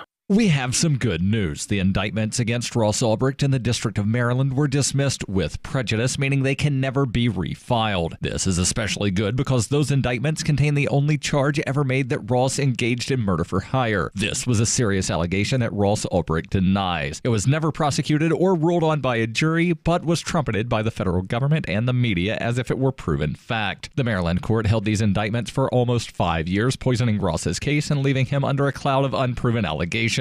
As explained in Ross's appeal to the Supreme Court, the fact that the judge used these allegations to give Ross a draconian sentence of double life without parole violated his Sixth Amendment right to a jury trial. Judges are required to issue sentences based on convictions decided by a jury, not unproven allegations never even charged at trial. Although this is a positive development, the dropped indictment will not set Ross free. Now, a presidential pardon is Ross's only hope of freedom. Sign the petition at freeross.org. freeross.org.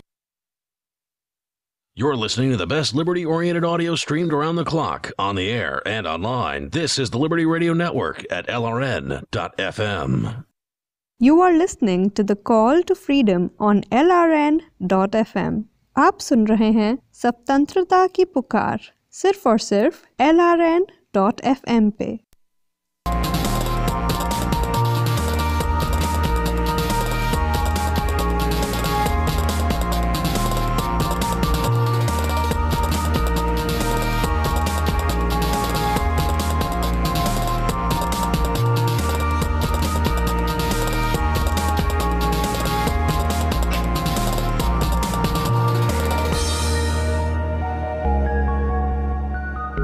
All right, welcome back to the Call to Freedom here on LRN.FM. It is the Crypto Hour.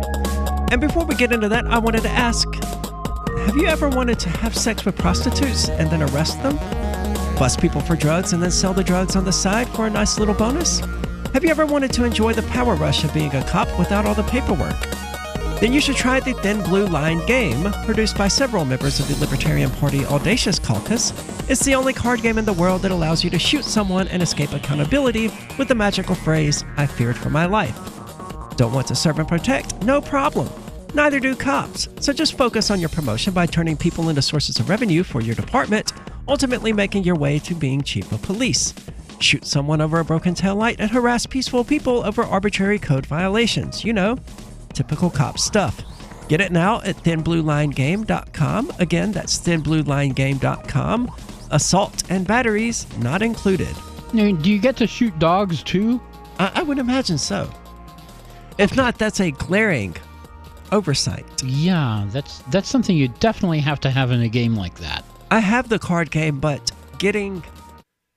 with my schedule, getting down with multiple people all at the same time with none of us doing anything else or having anything else that we need to do, it just doesn't happen. That doesn't happen. It doesn't. Like when I leave here, I'm going to go eat and then I'm going to go straight to work until 3 o'clock in the morning.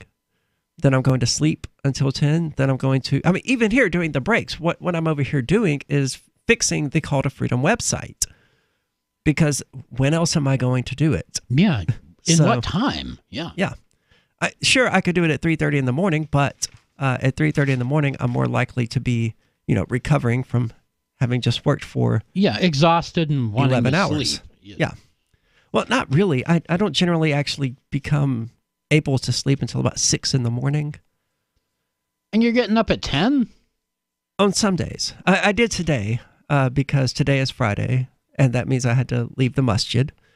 But luckily, I have a friend over here on Park Avenue, so I just went there. They were at work. They left me their key and all of that. Right. So I just went over there and crashed and watched TV and slept a little bit. Not very well because it's an unfamiliar environment and I'm used to having my cat sleeping on me. Right. So it becomes sort of a teddy bear kind of thing where it's hard to sleep without it. So that's really enough about my personal life. This is the Jewish guy that Cantwell blames for how I've changed. How I've changed? Wait, what? Okay, I admit I really not follow Chris Cantwell very closely. Okay. So well, let me back up then. There is this Jewish guy that I'm loosely seeing, and during the Twitch feed when we had Chris Cantwell on the show Free Your Talk Live, I said I have a Jewish boyfriend, by the way, which is strictly speaking not true. I do know a Jew and I do have a relationship with a Jew, but boyfriend is not accurate in any sense. Right. And, well, I don't know. It may be accurate. I don't know. I don't know how relationships evolve and define themselves these days anymore. So who knows? But he then went on his show the following Friday and apparently spent quite a bit of time talking about me. I'm honored. And part of that, he mentioned that, I was really hostile to him when he was on the show, which is totally unrelated to the Jewish thing. And he blamed the Jewish influence on my life for that. And he was like, now it makes perfect sense. Oh. You got mixed up with these Jews and they corrupted you. Oh, so you're hostile to Cantwell because of the Jewish influence in your life. Is that what he's saying? Am I following this right? That was how it was relayed to me. To be fair, I have not listened to the episode in question because, as we were talking about a moment ago, when am I going to get the time? Yeah, and honestly, I don't want to hear his show. Yeah, if I've the got subject 2 hours matter to doesn't kill, interest me. It's not going to be listening to Radical Agenda. I did listen to the show that I was actually on of his. A lot of people did. It's generally held as one of his best shows. It was a lot of fun. I'm looking forward to one day doing it again. But I don't just sit and listen. I don't pay any attention whatsoever to him until something happens that warrants me paying attention to him. Right. I mean, to me, he's just Chris Cantwell sitting over there doing his show, spreading Nazi crap. Yeah, I don't want to listen to Nazi crap. No, and it all may or may not be an act. I noticed that when he was on Quality Assurance with Vincent, which airs, I think, on Saturday nights at 10 p.m. here on LRN.FM. Are we talking about questioning authority? That's what I meant. What did I say? You Quality said Assurance. Well, Quality QA. Assurance. Yeah, when I see QA, that's what I think is Quality Assurance. Sorry. You work too much. That is awesome. You need a new job doing something. So yeah, that's questioning authority, not quality assurance. There is no quality assurance here at LRN.FM. No, well, there is, but not like that. But I noticed that Cantwell, he did explicitly condemn the use of violence. He did explicitly state that he didn't want anyone to be killed or attacked. And he strongly implied that the things he says are not sincere and are part of him playing a character. I would have to listen to it again to remember how explicitly this was stated, but I remember hearing it at the time and thinking, well, okay, this confirms what I already suspected, which is that, he's playing a character. He's just playing a character. Yeah, I guess that could be. It's a dangerous character, though. Yeah, it's a dangerous thing to play because people, if you say something like that, people will believe you. They will. If you have thoughts on the subject, give us a call at 603-283-6160. We'd love to get your opinion. That means you, Rev, if you're listening, because God knows you have an opinion on it. Yeah, I'm sure you do. But getting back into the crypto news and this terribly worded ransom note, they have detailed that the virus may be derived from an anonymous creator of an overclocking firmware. Mining pools often overclock their machines in order to increase the device's overall hash rate. For example, with custom overclocking firmware, an Antminer S9 that processes 13.5 terahash per second. Holy crap. Because, I've seen the average CPU miner, the X16R miner, it's only going to get 600 hash per second. Right. This is serious business. Yeah. With a good graphics card, you can get up into the mega hash range. Yeah. But even then, you're not approaching gigahash. You're certainly not approaching terahash. Terahash, yeah. This is... And apparently they can overclock that from 13.5 to about 18. Yeah. Which is better than what you normally get from overclocking. Generally, you can expect about a 10% performance increase. And that's closer to about a 50%. That's impressive. Yeah, that's a significant boost. Yeah. But you get heat with that. As long as you can dissipate the heat and not blow something up, then fine. Don't burn your house down. Not that anybody out there is actually using an ASIC in their house, I don't think. Maybe there are. But the thing about overclocking, have you overclocked before? Because I have. Oh, yes. And That's what I play is gaming PC, so I'm all over overclocking. At some point, you've got to increase the voltage, and that increases the heat, and then things start to get unstable at some point, and then you got to back off a little because you don't want to crash in the middle of your... Yep. Yeah, you have to find the thresholds, and, gamers absolutely find their thresholds using... The lazy ones use overclocking software, but those always err on the safer side than is really necessary. Right. You can go into the BIOS that actually overclock your CPU more than you're going to get out of overclocking software. And you shouldn't use overclocking software for that anyway, because then it's software-based, and it's happening actually within the shell that is Windows, and I'm not sure that's actually going to qualify as overclocking or get you any kind of actually increased performance. Well, they've got it in the BIOS now where they've just got, here, have a 20% overclock, just change this setting and it's all done. Yeah, it is stupid easy to overclock. And of course, AMD and NVIDIA graphics cards have software that will allow you to, with just a few clicks, void your warranty by overclocking it. Well, we'll be back with more of the crypto and technology news here in just a few minutes. Are you tired of governments murdering people around the world? Stop using their money. There is an alternative. Bitcoin is a stateless, free market, non-political currency. Bitcoin cannot be inflated or controlled by any government. By using their money, you are helping the state. Stop doing it. You have an incredible alternative available now. Learn it, use it, spread it. Get started with Bitcoin at Bitcoin.com. That's Bitcoin.com. Is spreading the message of liberty, cryptocurrency, and peace around the globe worth $2 per month to you? As you may already know, in addition to our internet feed, LRN.FM broadcasts on free-to-air satellite across North and Central America, as well as Sub-Saharan Africa. And we've been available on satellite for free 24/7 since 2010. The LRN.FM free-to-air satellite signal is reaching some of the most oppressive regimes in the world, and there's no doubt our ideas are making an impact. You can learn more about the channel's impact by watching the 3-minute video at fund.lrn.fm. If you'd like to help free minds globally with our ideas of liberty, cryptocurrency, and peace, you can donate as little as $2 per month via fund.lrn.fm. You can help us continue and expand our satellite broadcast to multiple continents. Visit fund.lrn.fm today, and thank you for your help. Don't forget to share the link on social media. That's fund.lrn.fm. Did you know we've taken our LRN.FM telephone listen line to a new level with the LRN.FM audio on demand line? Now you can call 712-770-8447 anytime and listen to LRN.FM's live feed. And you can listen to a bunch of our original shows on demand. Long distance fees may apply. Just dial 712-770-8447 and choose from the menu. 712-770-8447.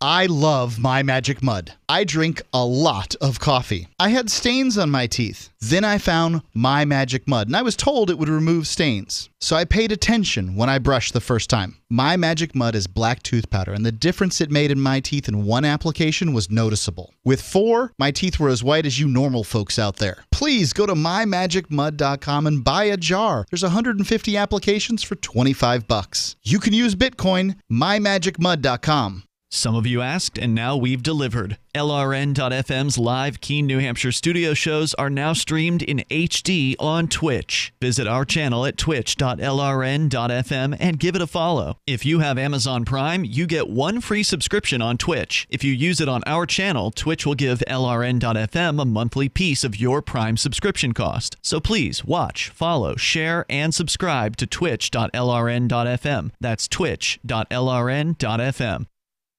A report finds it's not okay to just start talking to people you don't know, and a monstrosity is created in the Frito-Lay laboratory. This is the Onion Week in Review. Local newborn Nathan Jameson surprised the world earlier this morning by irrevocably losing all faith in humanity after just 6 days. Though he's not yet developed the capacity for speech, spokespeople for the 6-day-old baby have confirmed he already knows that humans cannot be trusted and that most people lack self-awareness about their own destructive tendencies. While most people need around 30 or 40 years to truly understand that the vast majority of humanity is shallow and irredeemable, baby Nathan's convinced that he has seen all that he needs to see. People have been nice and even brought him toys and presents, but the fact is, Nathan knows they're all full of shit. And in this week's science report, botanists discover trees are all slowly trying to strangle each other. In other news, a fun-loving turtle is all business when it comes to feeding time, and a partygoer rolls a couple of fat burritos to pass around. This is the Onion News Network. Do you love Twitter? Make sure you favorite the LRN.FM Twitter account so you can receive our tweets at twitter.lrn.fm. That's twitter.lrn.fm. You are listening to the Call to Freedom on LRN.FM. Unasikiliza wito wa uhuru katika LRN.FM.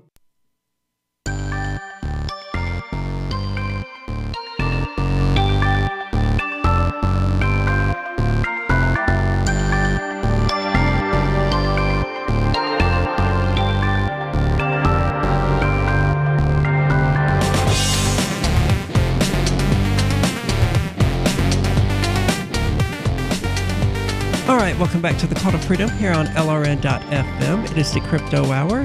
You're welcome to give us a call at 603-283-6160, or if you want better quality, like you're sitting here in the studio with us, give us a call via Discord at discord.lrn.fm. Moving on with the crypto news, we have a very interesting suggestion from Tanzil Akhtar that a global recession would be good for Bitcoin. How is that going to work? Apparently, macro trends suggest that a global economic crisis could be looming. Worries about a global recession, and let's stop to think about that for a minute. A global recession. Global recession. Yep. Well, that just means that economic growth is shrinking, or excuse me, economic output is shrinking, or I am really not. Something is going on in my head that's my words are not coming out. Well, you're absolutely correct. It means that, economic production would be shrinking, which should be impossible while the population of the earth is growing. Yeah, you wouldn't think. I kind of see where they're going with it, but we've already had the economy kind of contracting a little bit over 2018, and all cryptocurrency has done is go straight down. Oh yeah. So yeah, I don't know where he's getting this from. Apparently somebody in Discord has linked global warming to affecting LGBTQ youth. I don't know. You forgot the IA plus something. Yeah, I did. No, they did.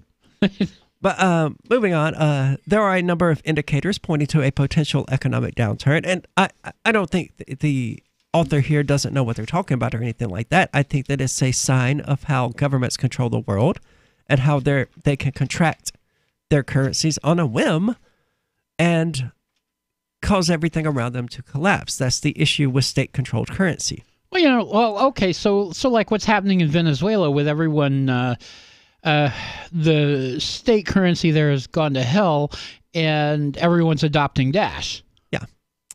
Good on them for that. Speaking of Dash, I went to a store today because I needed to get something there anyway, and I was like, okay, well, they have a Bitcoin ATM there. I'll just stop there and buy some Dash. Is this Corner News? It is. Okay. It is. Great little store. If you're ever in Keene, I would recommend visiting it. So, kill two birds with one stone. Instead of going to the normal one that I do, which is Route 101 Goods, which has a website where you can order the Fa King Great t-shirt. Great. And now t-shirts. Hats. Yeah, and now hats. So go check them out at route101localgoods.com, I think is the name of their website. But that's the one I normally use when I just want to use an ATM. Of course, there are people nearby that if I really want to buy some conveniently, I can just hit them up. But I was there anyway, and immediately it asked me for identifying information. First, I was turned off that it didn't actually support Dash, which bothered me because that's what I was there to buy. Dash is currently at like $73 each, which is significantly down from its peak of like $890 or so. It may have even broken $1,000. Yeah, I think it actually did break 1,000. So it's definitely a time for buyers. I'm buying cryptocurrency every time I get the opportunity to. Of course, I'm also using that cryptocurrency on various things like keeping calltofreedomlive.com up and running. Mm-hmm. But there's the very real risk that it is going to continue going downward, and that Bitcoin is going to hit $500, at which point you'll be like, I just lost all this money. But so anyway, it immediately asked me for my cell phone number so it could send me an SMS verification. And of course, I would have declined that. But even if I had gone through with it, it's been relayed to me that it would have requested my ID because the cell phone provider is prepaid. Okay, that's ridiculous. I've gotten fed up. I've used Sprint. I've used Verizon. I've never used AT&T. And their prices are exorbitant. Yeah, I know. People are on prepaid precisely because these carriers are charging so much. And if you want, I mean, T-Mobile, you can end up spending like as little as $8 or $9 a month. Really? Mine runs me about $60 a month now, but that's depending on. I mean, if you just like get the very bare bones prepaid service with no data or anything, then it's about 40% of what I was paying to Verizon. And as far as I can tell, the only benefit of going with a postpaid carrier is that you get the cell phone at a substantially reduced rate. If your credit's good enough. If your credit's good enough. But you know what, you can still buy the phone outright, but the thing is, phones are getting so expensive these days. They are. They're like $600-700. Oh, you haven't priced an iPhone lately, have you? Well, iPhones are overpriced paperweights. They're overpriced and overrated, and Apple. So yeah, you've got people who will line up around the block. I would drink a pumpkin spice latte before I got an iPhone. I've had a pumpkin spice latte. They're I've never not had bad. One. Well, I don't think they're bad. I think they have a bad culture around them. Yeah, it's the people that are. But with the iPhone, it's the walled garden that Apple's put around it. Yeah. They've got really good things about them, like Apple privacy, the encryption feature, the hardware encryption that's built into the phone is really good. It's just iOS is. Yeah, I like being able to use my devices. I like owning and controlling my devices. Being able to run the software that I want on my device, and I do. Oh yeah, same here.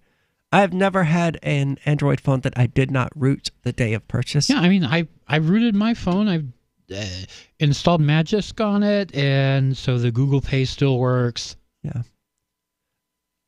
My S5 is more customized because it's running a version of CyanogenMod, now known as Lineage. Actually, it's running a version of SlimROMs, which is based off of Lineage, but that's such a beautiful thing. They take the entire operating system and they cut out the crap and reduce it down to like 200 megabytes. And that's the entire operating system versus the 9 gigabytes or whatever stock Android takes up. But yeah, and then they cut out all the garbage apps that your carrier puts in, like the NFL football or the whatever. Yeah, the number one reason you should root your phone is to get rid of that crap. Even if you do it manually, rather than installing an operating system that doesn't come with it, which is what I would recommend, just to make sure you get it out there.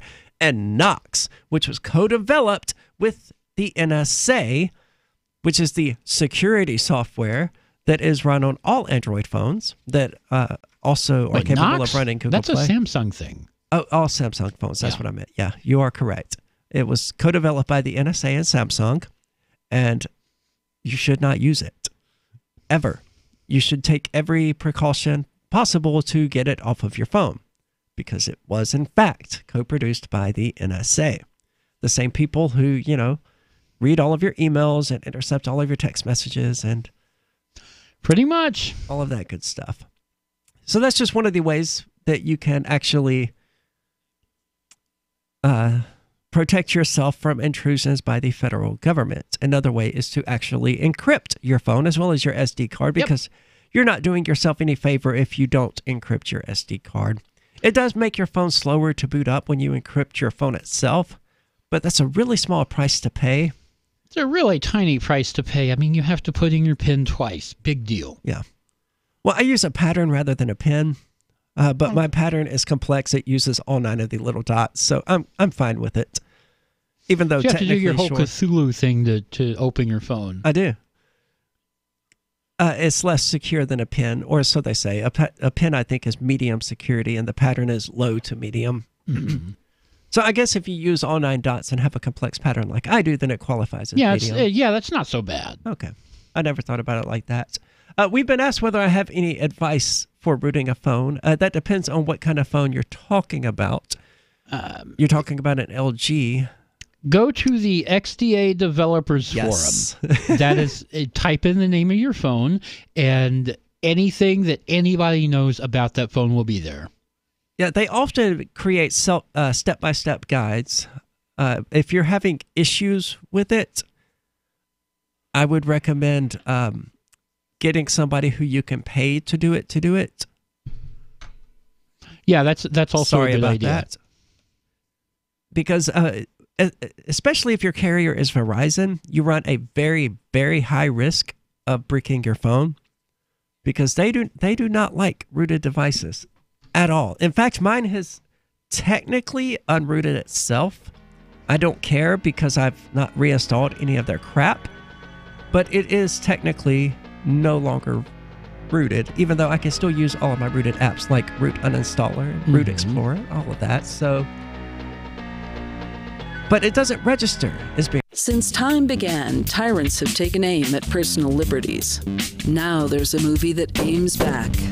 The government has no more right to tell us what to put in our bodies than they have to take our guns or tell us what books we can read. 6 drug police were eaten by bears while raiding a marijuana farm. On your knees, you dirty hippies! Jesus. On your knees! What's the problem, officer? Today, many cops who enforce pot laws do so only because it provides them with cushy jobs, good benefits, and a chance to push people around. I was an undercover narcotics officer. The drug war is nothing but a farce. The Second Amendment says you gotta keep you and your gat intact.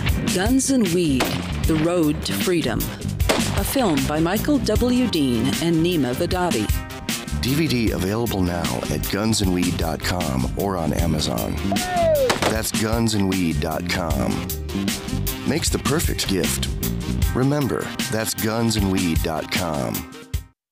Did you know you can listen to LRN.FM via our free-to-air satellite channels? We have channels over nearly all of North America and much of Africa. All you need is an affordable receiver and a dish as small as 30 inches. There are no monthly fees. Learn more at sat.lrn.fm. Plus, if you are a broadcaster or want to be one, this is a good delivery method for our content. See our coverage maps and get details at sat.lrn.fm. That's sat.lrn.fm. sat.lrn.fm. So you've signed the Shire Society Declaration and are planning your move to New Hampshire to be around more liberty-oriented people. Next, sign up for the Shire Society Forum at forum.shiresociety.com. There are a bunch of people there who are already in the Shire, and they want to meet you. If you're already in the Shire physically, you should also come by the forums. Remember, not everyone uses Facebook. New people are signing up for the Shire Society Forum every month, so drop in and say hello at forum.shiresociety.com. More of the Call to Freedom is coming up next, live after the news on the Liberty Radio Network at LRN.FM. This is the Liberty Beat, your daily source for Liberty news and activist updates. Produced in partnership with SNLS News and listeners like you. Online at snls.news. I'm Mick Murrow with your weekend edition of the Liberty Beat for the week ending January 25th, 2019. Gold opened Friday at $1,285. Silver opened at $15.37. And Bitcoin is trading around $3,544. Today's prices are brought to you by InnoScale. Take off with Managed Cloud. Looking for a safe, secure way to store your important files online? Let InnoScale handle it for you. Their high availability cloud servers are the perfect solution for clients needing one or more secure, scalable servers with built-in hardware failover protection. For details, see them online at innoscale.net. In the news, Roger Stone, the politically connected maverick who worked as an informal advisor to Donald Trump's presidential campaign, has been indicted as part of special counsel Robert Mueller's probe. Stone has been indicted on 7 counts in connection with Mueller's investigation, including 1 count of obstruction of an official proceeding, 5 counts of false statements, and 1 count of witness tampering. The Hill reports Stone was arrested in Fort Lauderdale, Florida. The indictment was filed in federal court in Washington, D.C. on Thursday and then sealed upon arrest on Friday. According to the indictment, Stone obstructed the investigations by the House Intelligence Committee and the FBI into Russian interference in the 2016 presidential election. Facebook plans to integrate its messaging services on Instagram, WhatsApp, and Facebook Messenger. While all three will remain standalone apps, at a much deeper level, there will be links so messages can travel between the different services. Facebook told the BBC it was at the start of a long process. The plan was first reported in the New York Times and is believed to be a personal project of Facebook founder Mark Zuckerberg. Once complete, the merger would mean that a Facebook user could communicate directly with someone who only has a WhatsApp account. This is currently impossible as the applications have no common core. The New York Times reports the work to merge the three elements has already begun and is expected to be complete by the end of 2019 or early next year. The Liberty Beat is sponsored in part by Brave Botanicals, high-quality kratom and CBD at reasonable prices with excellent customer service. Brave Botanicals is activist-owned and mission-driven, fighting for your right to consume plant-based medicine and natural remedies. Find out more at mybravebotanicals.com. And Liberty Beat listeners can save 10% on your purchase by using promo code SNLS. This is the Liberty Beat for the week ending January 25th, 2019. Find us online at snls.news. Your news now continues. Bayer AG unit Monsanto has asked a California judge in the litigation over its glyphosate-based weed killer, Roundup, allegedly causing cancer, to limit evidence by splitting an upcoming trial into two phases, a request previously successful with another judge. Reuters reports that Monsanto, in a previously unreported filing on January 15th, asked California Superior Court Judge Winifred Smith in Oakland to split a March trial by a California couple into two phases. Such a step would limit evidence the plaintiffs in the litigation consider crucial to their cases and described as critical to a jury last year, awarding $289 million in a similar case. Under the company's proposal, lawyers for Alva and Alberta Pilliod in the initial trial phase would be barred from introducing evidence that the company allegedly attempted to influence regulators and manipulate public opinion.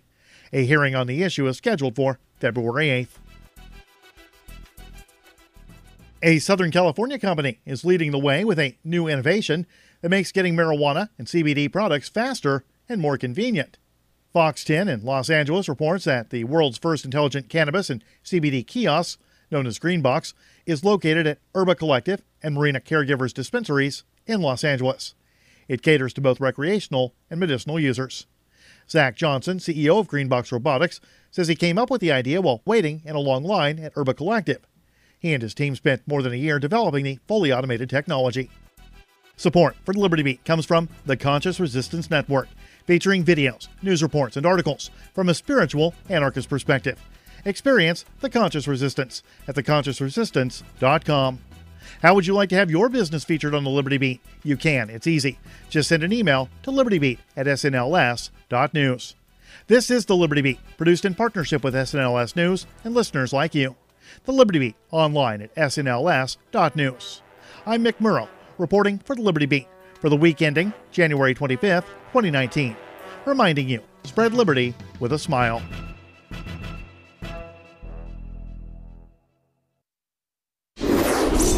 If you live in Williamsburg, chances are good you've seen them. Giant piles of beard hair rotting in the streets. Don't worry, it just means hipster molting season is here again. Experts say the husks of dead beards don't pose a threat to public safety and are just part of the natural life cycle of these strange organisms.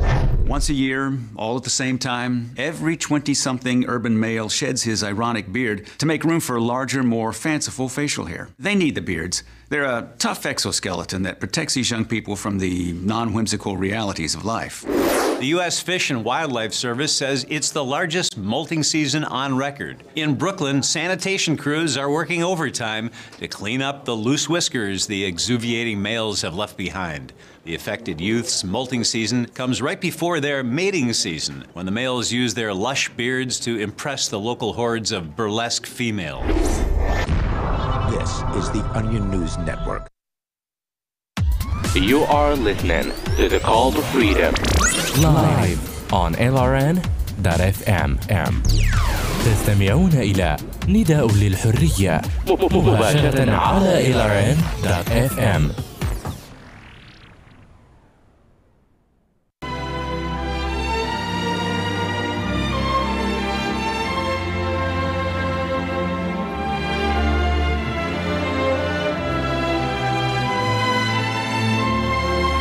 Wait, which?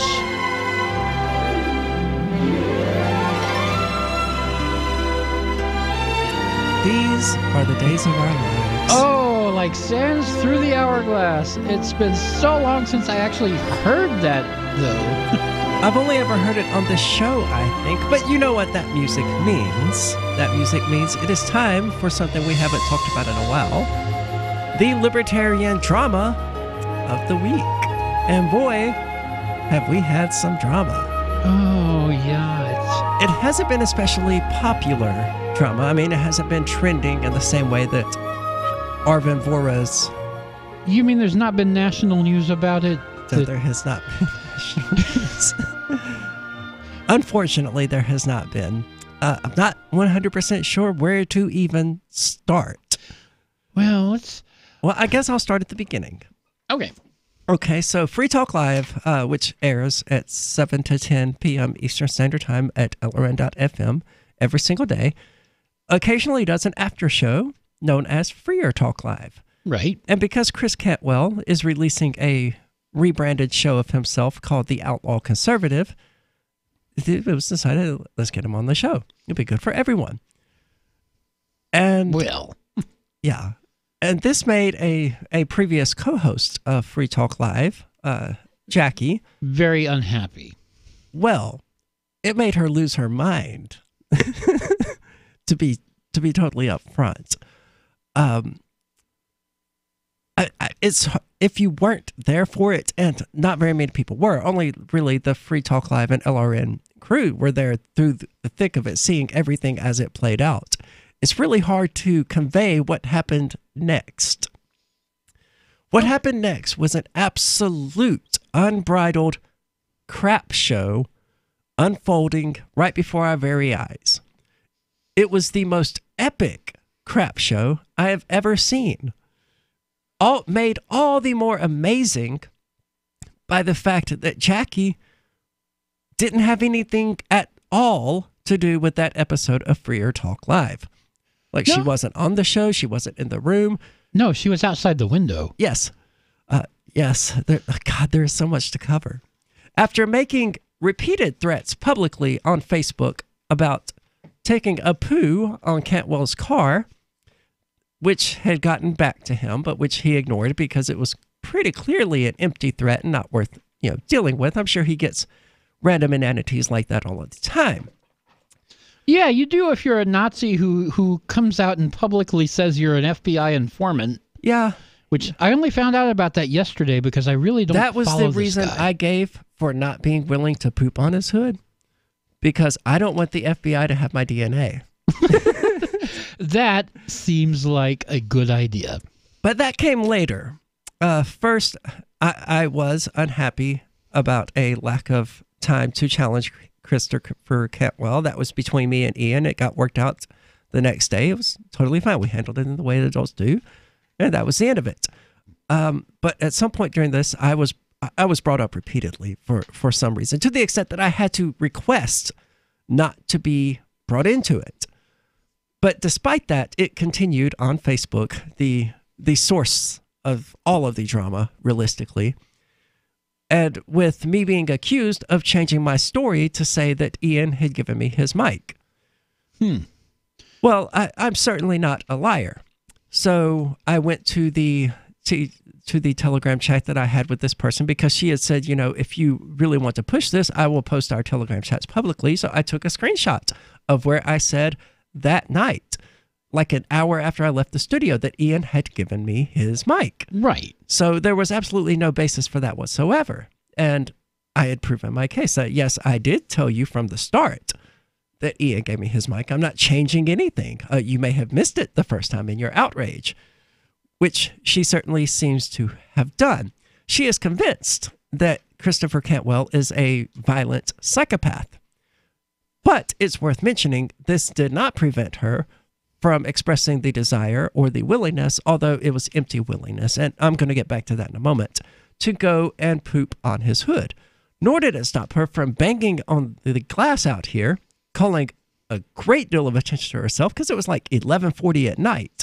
And she's out there banging on the glass and putting her rear end on the glass in an attempt to moon Cantwell. Yeah, I didn't see that. I only heard about it much later because I was not here for the show. Yeah.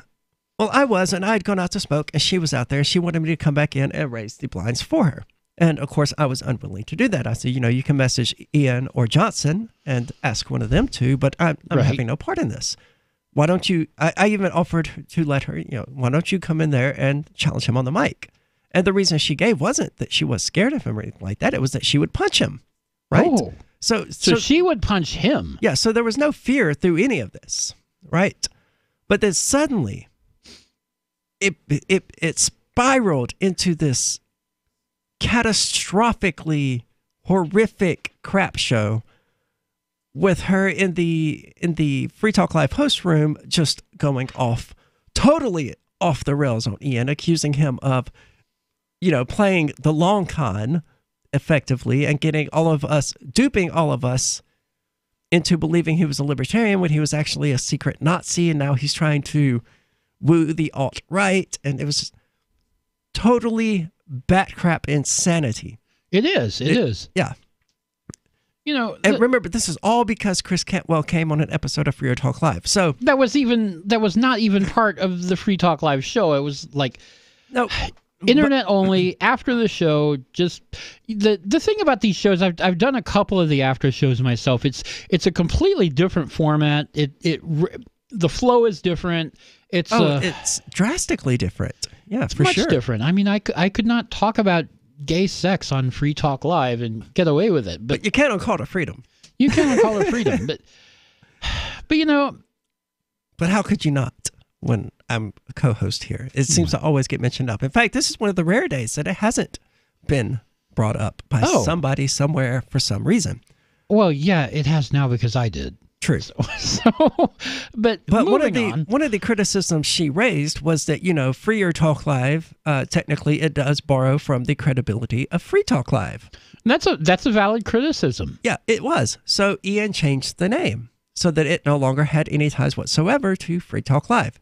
You would expect if that was her actual criticism, then it would have died at that point. But oh my God, it did not. In fact, after changing it, it was again mentioned that he was trying to borrow credibility from Free Talk Live in order to promote a Nazi, even though he had relented and changed the title at her request.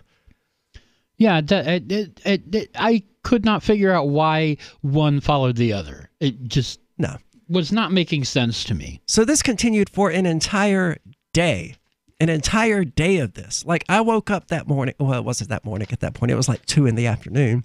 But I woke up and found like 260-something unread messages in the Free Talk Live host Telegram room, which, is generally for show prep. Right. So it just became this absolute mess and was renamed to Jackie's crap show room or something like that. Yeah, Ian decided to just abandon the room. Yeah, I mean, he didn't have any choice at that point. Some people have criticized saying, well, he didn't handle like an adult, but he did attempt to. It's just that he wasn't left any option. And eventually, when you got somebody yelling and screaming at you like that, all you can do is poke the bear, throw fuel on the fire and let it burn itself out. So that's what he did. And Vincent of Not Quality Assurance, it's actually called Questioning Authority. Questioning Authority. Made Jackie into the NPC meme. And they changed that to the image for the chat room. Oh. And then Christopher Cantwell was added to the Telegram chat. Oh. And we're about to go out to break, but stay tuned because there is so much more. We haven't even Things got really to it crazy after that. Yeah. Funny. It got funny again after that, but then it went crazy again. So stay tuned. We'll get back into that here in a minute on the Call to Freedom on LRN.FM.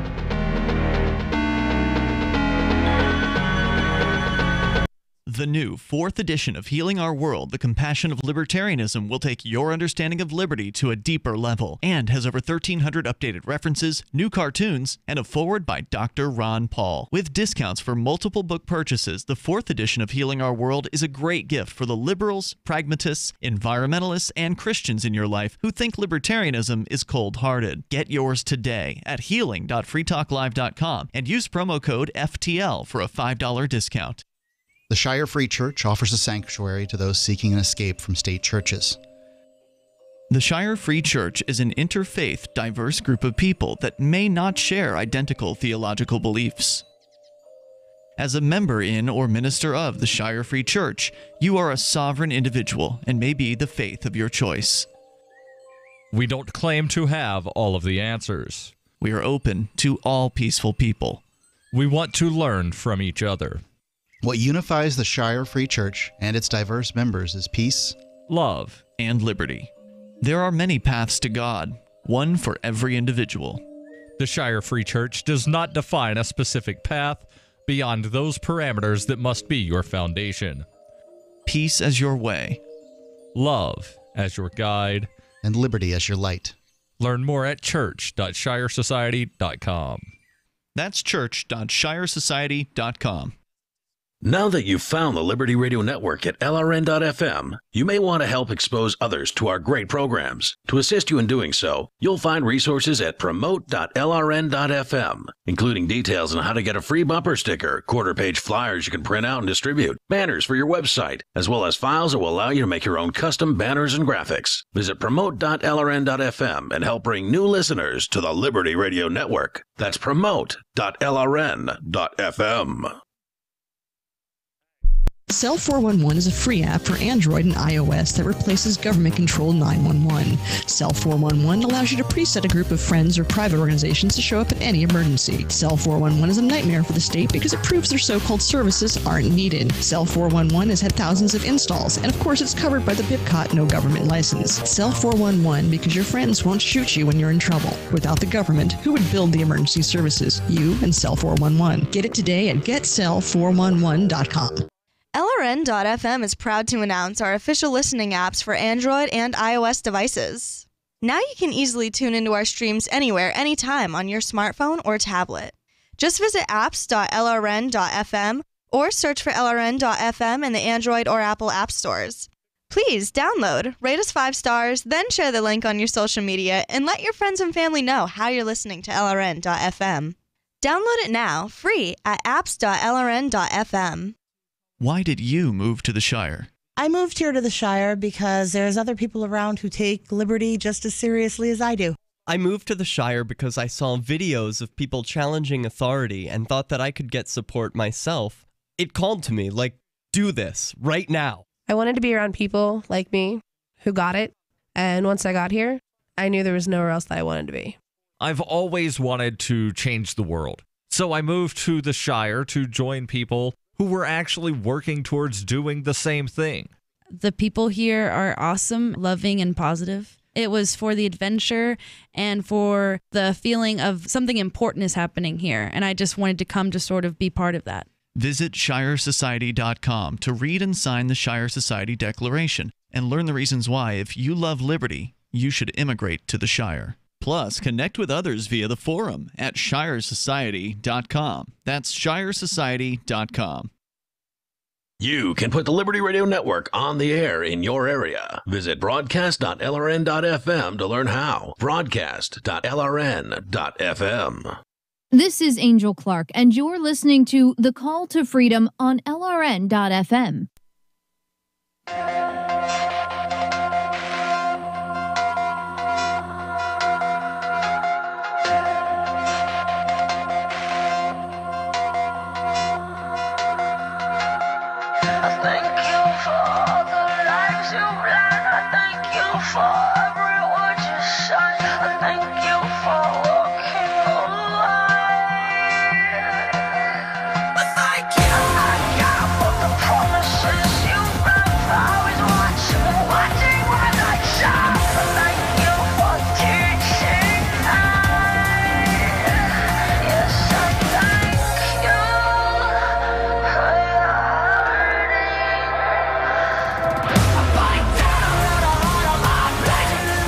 Welcome back to the Call to Freedom here on LRN.FM. Yes, I was actually introduced to In This Moment at work. I had never heard of them prior to that, and this was the first song by them that I heard, and I was extremely impressed by it. They are currently in my top 5 favorite artists. They do need better musicians, but the singer is exceptionally good. Back to the drama. We left off right at the good part. Right when it started getting just from garbage fire to garbage nuke, realistically. I mean, it just got totally out of control at that point because, as I said, Cantwell was added to the Telegram chat. At which point he clicked Jackie's name and sent her a direct message. Oh. Which caused Jackie to accuse Ian of giving him her contact information. Yeah, sicking a violent psychopath on her. Yes, that is the word she used. That's the word she used. Over and over. Even though it's not in any sense true, all he had to do was click her picture and hit the message icon. Right. But the first thing he said when he entered was, "Hi, stupid effing thought. You crap on my car, I will plug you with my AR-15. And then there wasn't a great deal. I mean, he said his usual stuff. She's a good example of why women shouldn't be allowed to vote or speak. Like whatever value women bring to the equation is not offset by the horrors of letting Jackie exist. Interesting part. What's Jackie's cell phone number? Ian, I think that would be inappropriate to share. Chris, well, my DMs are open. I would assume at some point between those two messages is when he clicked her name and sent her one. Now, notably absent from this is Jackie's responses. But I was at work at the time, so I didn't have a great deal of time to actually dive into it. But I saw that Chris Cantwell had been added, and I was like, okay, I'm going to be back here messing on my phone the rest of the night. Just be prepared for that. So I pointed out that I'd crap on his hood, but he's an informant, and I don't want the feds to have my DNA. Then, rightfully, I pointed out I'm also not willing to do that, but that's beside the point. To which Ian, because by then, of course, again, it's just a garbage fire. We're laughing and we're throwing fuel on it because there's nothing else we can do about it. Right. Ian says Arya's into scat. So I said, shh, don't reveal my secrets. Ian's right. It would be a waste of perfectly good scat. And then, again, I pointed out, for the interest of my reputation, I'm joking, as is Ian, and have zero interest in scat. I don't. Yeah, I think I said I was so disappointed. And then Ian screenshotted where I said, as I mentioned earlier on Twitch, that my boyfriend is Jewish. He said, this explains so much. To which I said, we're conspiring to undermine your social order, one free human being at a time. Don't worry, Chris. I'm poly and can make room for the right man. With a heart emoticon. We are going to get gay married, adopt Jew babies, and raise them to hate the white man, because I hear that's the latest hot trend. To which Cantwell replied, you'll commit suicide long before you have the opportunity to influence a next generation. So I added, I could also tear gas someone and spend some time in federal pound me in the butt prison. That's an Office Space reference. If you've never seen Office Space, you should watch it. Hashtag life goals. Then he said, I hope your boyfriend is a top because that penis is going to stop working even if you don't cut it off. I say, he's a top. Why? Are you looking to be topped? All right, you're not even amusing. Just sad. Suicide is the only thing you idiots are good for. Later, kids. Chris Cantwell left the group. Yep. So Jackie never got the opportunity to respond within the Telegram chat, unfortunately. But she did read it and she did enjoy it. And she characterized it on Facebook as me sexually harassing the Nazi until he went away. And I'm okay with that characterization. And you would think that, Chris Cantwell left, the crap show would be over. You'd think. But it was not. And I can't even explain why it kept going, because I don't think anybody understands why it kept going beyond that. But it did. The next thing we knew, Jackie had quit Free Talk Live. Actually, Jackie quit before Cantwell was added to the group. Right. She quit like immediately the next day. So that was how that order of events actually happened. Sorry about that. I mean, there's so many aspects to this that it's easy to forget some little detail like that. So she quit Free Talk Live, which is not a little detail. I just neglected to mention it. And then decided that she couldn't stay where she was in a nice one duplex renting from Ian because that she just moved into a week ago. Just moved into. Or a week before. Yeah, after adopting 2 cats. And there's a reason I'm mentioning the cats, and we'll get back to them in a moment. So they moved in for like a week and then decided that because Chris Cantwell had been there, they couldn't trust Ian any longer. He was giving out their contact information. And so they had to move. Jackie decided Jackie couldn't trust Ian anymore. Yeah, so they get some anonymous donor, some anonymous libertarian donor to give them like $300, I think it was, for them to stay in a hotel room for the weekend. And remember, this is all over nothing. Like nothing happened. But they're in a hotel room. And because they were going to have to leave the hotel room, Chris Riedman of Free Talk Live said, look, I don't want you to have to deal with that during this blizzard. So I'm going to pay for this extra night of the room for you after that, because Jackie had repeatedly stated she would rather live in the bus than under Ian's property, I guess. House, yeah. So she moved out of Ian's duplex into the hotel room and then into a bus behind Chris Riedman's business, Route 101 Goods, which is, again, located at route101goods.com.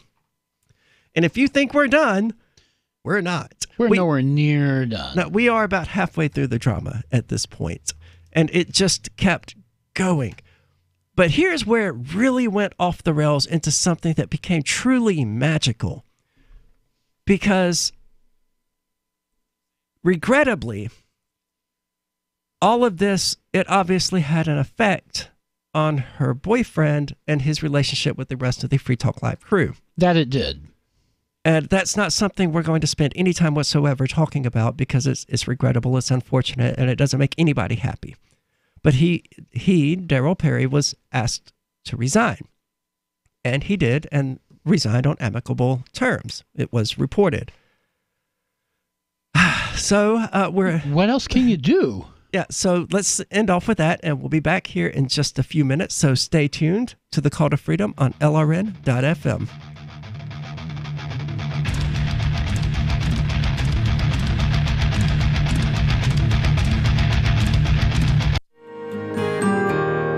So the protection of life, liberty, and property is what the Free State Project is all about. But it's an effort to move 20,000 people who understand. It's about demonstrating to the entire country that, yeah, we can have a free market, a truly free market. Making it just a freer, great place to live.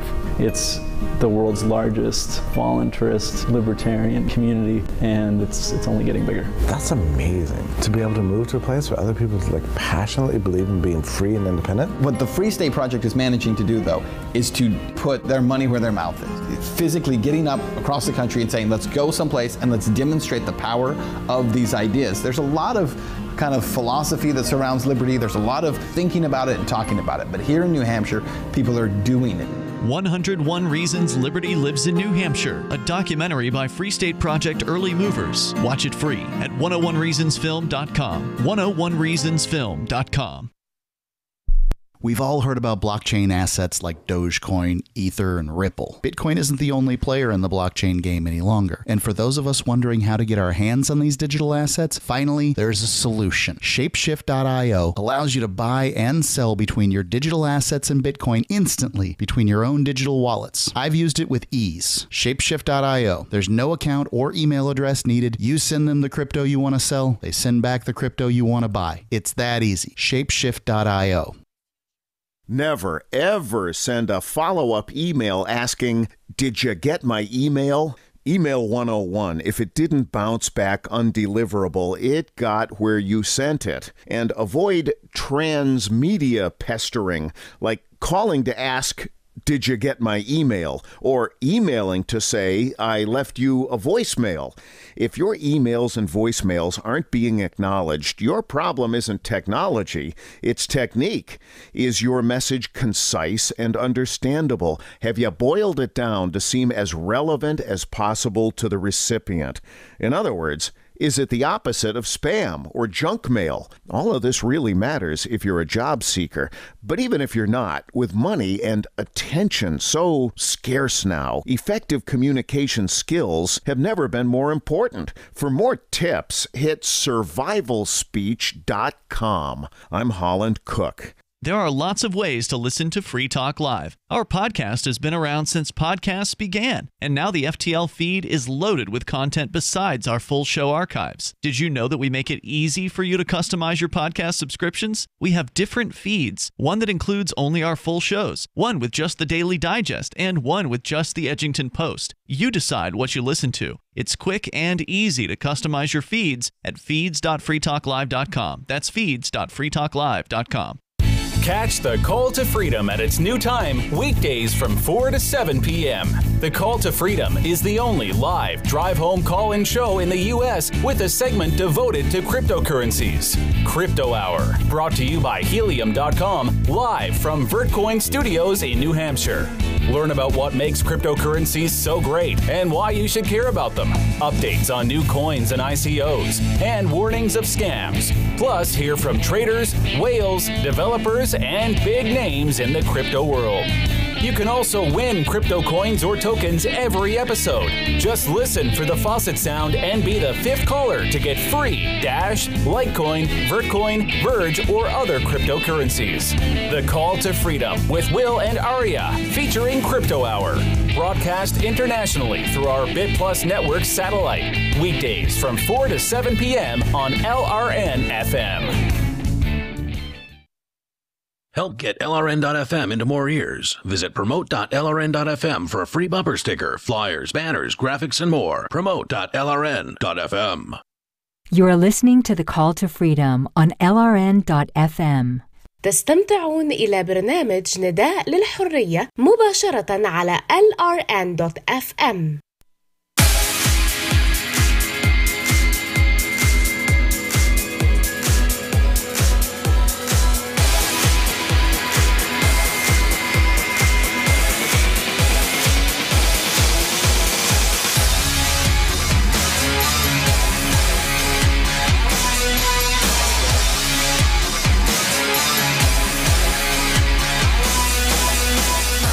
All right, welcome back to the Call to Freedom here on LRN.FM, where we have been discussing the unusually large load of drama that has been going on in this little community of libertarians and anarchists the last week. And yes, actually, I think it's going on still 11 days now. Oh, yeah, and it's still ongoing. So, but okay, we left off with Daryl resigning from a managerial role at Free Talk Live. To be clear, he was not stepping down from Free Talk Live itself for co-hosting. He was just stepping down from being a manager of the show. Right. At least that's what I understood. Yeah.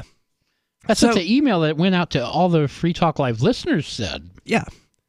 So Chris Reitman, in explaining this to some of the amplifiers who on the Facebook page, said something to the effect of, Jackie was Daryl's responsibility.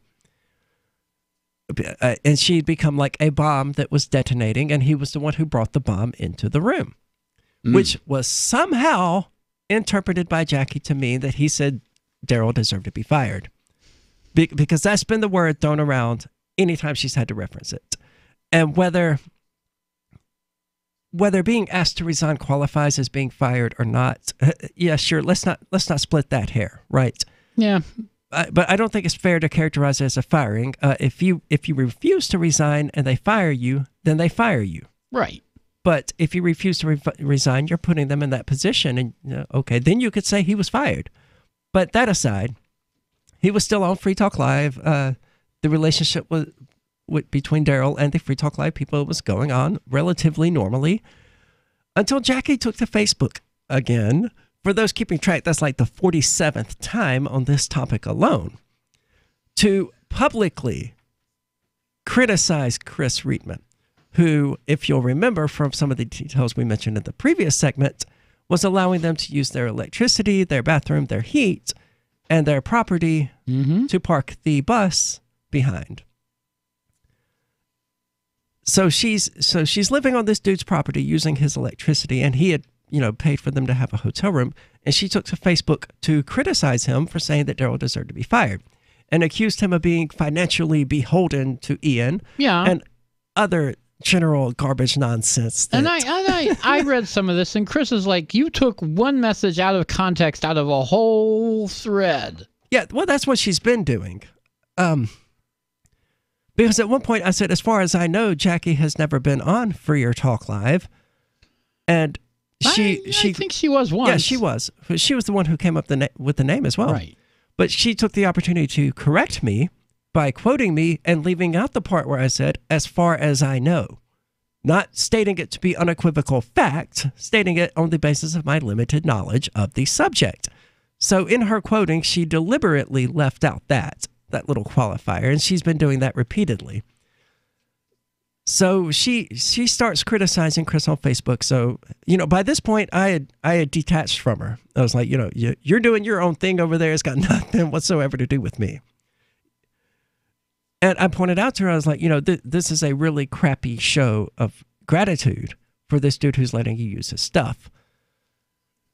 But it didn't end there. What happened next? Oh, she continued all throughout the night. And remember, I stay up pretty late. So she was on Facebook doing this at like 4 o'clock in the morning while Daryl was asleep, who, according to her, was so distraught, or rather depressed by what Chris had said, that he just went to sleep, which may or may not be true. I don't know. None of us really have a lot of contact with Daryl these days. It's almost like his girlfriend is a manipulative, controlling psychopath who has carefully isolated him from everyone who cares about him. Yeah, that's almost like that. We've hardly heard from Daryl at all since this started. Yeah, it's to the extent where, and again, this is the sad part that we're really going to avoid, where somebody wanted to message Daryl and they're not even sure that the message would reach him. Yeah, at this point, we really are not sure. So after being criticized publicly by this woman whose property he is allowing her to use, Chris said, I want you guys out of there by 10 o'clock in the morning because I don't trust you to have access to my building and my property because you're nuts. There's no telling what you will do. And so they left. They left Keene. But that has not stopped them, evidently, from being on Facebook talking about it. Well, it has not stopped Jackie. Well, it's not. Yeah, it's not stopped Jackie. We've hardly heard from Daryl at all on Facebook since, and that's unusual. I mean, he hasn't even posted about running or anything. Yeah. So, yeah, the loss of Daryl is a tragic byproduct of this fiasco. I think fiasco is an appropriate word. Fiasco might be an understatement. Yeah, it's inadequate, sure. And so that's been the Libertarian Drama. You can check it out directly on Facebook by just searching for Jackie, whose last name, out of decency, I'm not going to mention, but if you've listened to Free Talk Live before, I'm sure you know her last name. Or Daryl Perry, and find her through him. Yeah, she's not hard to find, and all these posts are public too. Yeah. I mean, they're shared with the world. Oh, she's trying to get attention to it. I mean, it's no longer about Ian. It's not about Chris Cantwell. It's not about me. It's not about Freer Talk Live. It's about her, and it has been since at least the day after the show. It is, if you have a few hours to kill, it is well worth trying to trudge through the drama, and even doing that, you're going to miss out on a lot of it because a lot of it was restricted to the Jackie Telegram, Crap Show prep room. Parts of it have been hilarious. Parts of it have just been absolutely tragic. I'm just sad, Yeah. And parts of it have just been so mind-bogglingly stupid that one has to marvel that it's happened at all. Because remember, this is all a consequence of her saying she wanted to poop on this dude's car, and his warning to her that if she that has nothing to do with it. That has nothing to do with it. It's all about Chris Cantwell coming on the show in the studio. That's what it's all about. And Ian lied about it. But he didn't lie Ian about lied about his anything. motivations. That's what she said. He said that from the beginning. He said from the beginning that the reason that Chris was coming on was because he had a new show coming out. So, yeah. There you go. So keep in mind that if you do search it out on Facebook, where the bulk of her posts about it are, you will get an extremely one-sided story. Yep, totally one-sided. That everyone else involved in it has publicly refuted, often with evidence and proof to the contrary. You know, there's a trick to catching a liar. It's really simple. You believe what they say, and eventually the liar will contradict themselves. Yeah. And then you just focus on the contradiction and go from there, and they will eventually just hang themselves. Yeah, unfortunately, one of our friends is being hung in the process. Yeah, that's the unfortunate part. Daryl really did not deserve any of this. No, he didn't. There's zero chance that they're listening to this, or we'd already be being tagged on Facebook and being criticized publicly for it. But Daryl, if you are listening, we love you, and you'll always be welcome back. That was the longest libertarian drama in the history of the segment. But stay tuned for the cannabis news coming up in just a few minutes. Hopefully that'll be good news. Yeah, we'll find something positive. And of course, we do have Rev on the line who wants to talk. So during the break, I'll find out what it is he wants to talk about, because we do have to get into the cannabis news and end with a lighter note for you to go into your weekend. We don't want to leave you with that horrible garbage fire, even though parts of it are pretty good. But stay tuned here on the Call to Freedom on LRN.FM.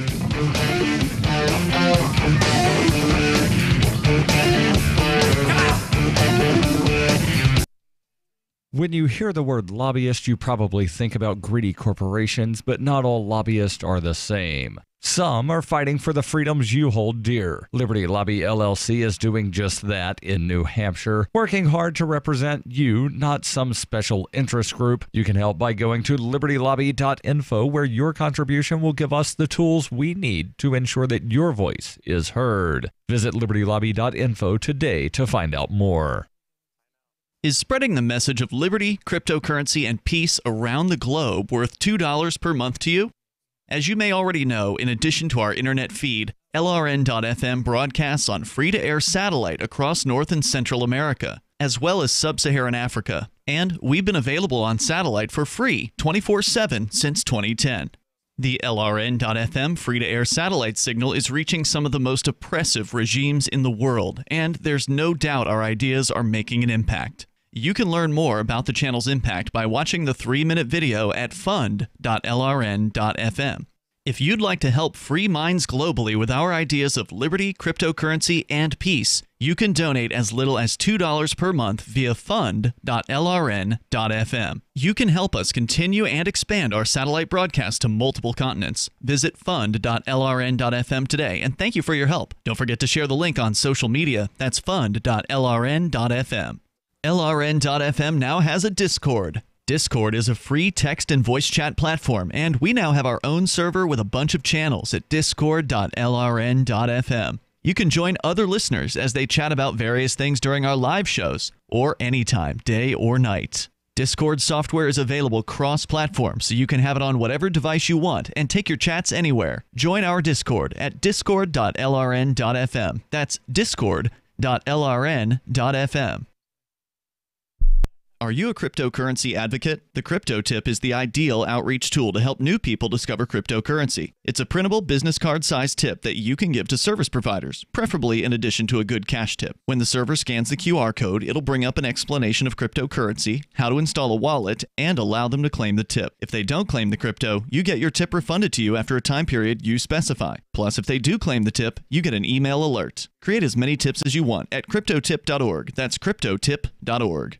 The LRN.FM social media channels have been revamped. We've eliminated Facebook and focused on other platforms like Twitter and Mastodon, the decentralized alternative to Twitter. On our accounts, you'll find posts from multiple LRN.FM show hosts together in one place. Follow us on Twitter at twitter.lrn.fm, or better yet, move to the decentralized Mastodon social media platform at toot.lrn.fm, toot.lrn.fm,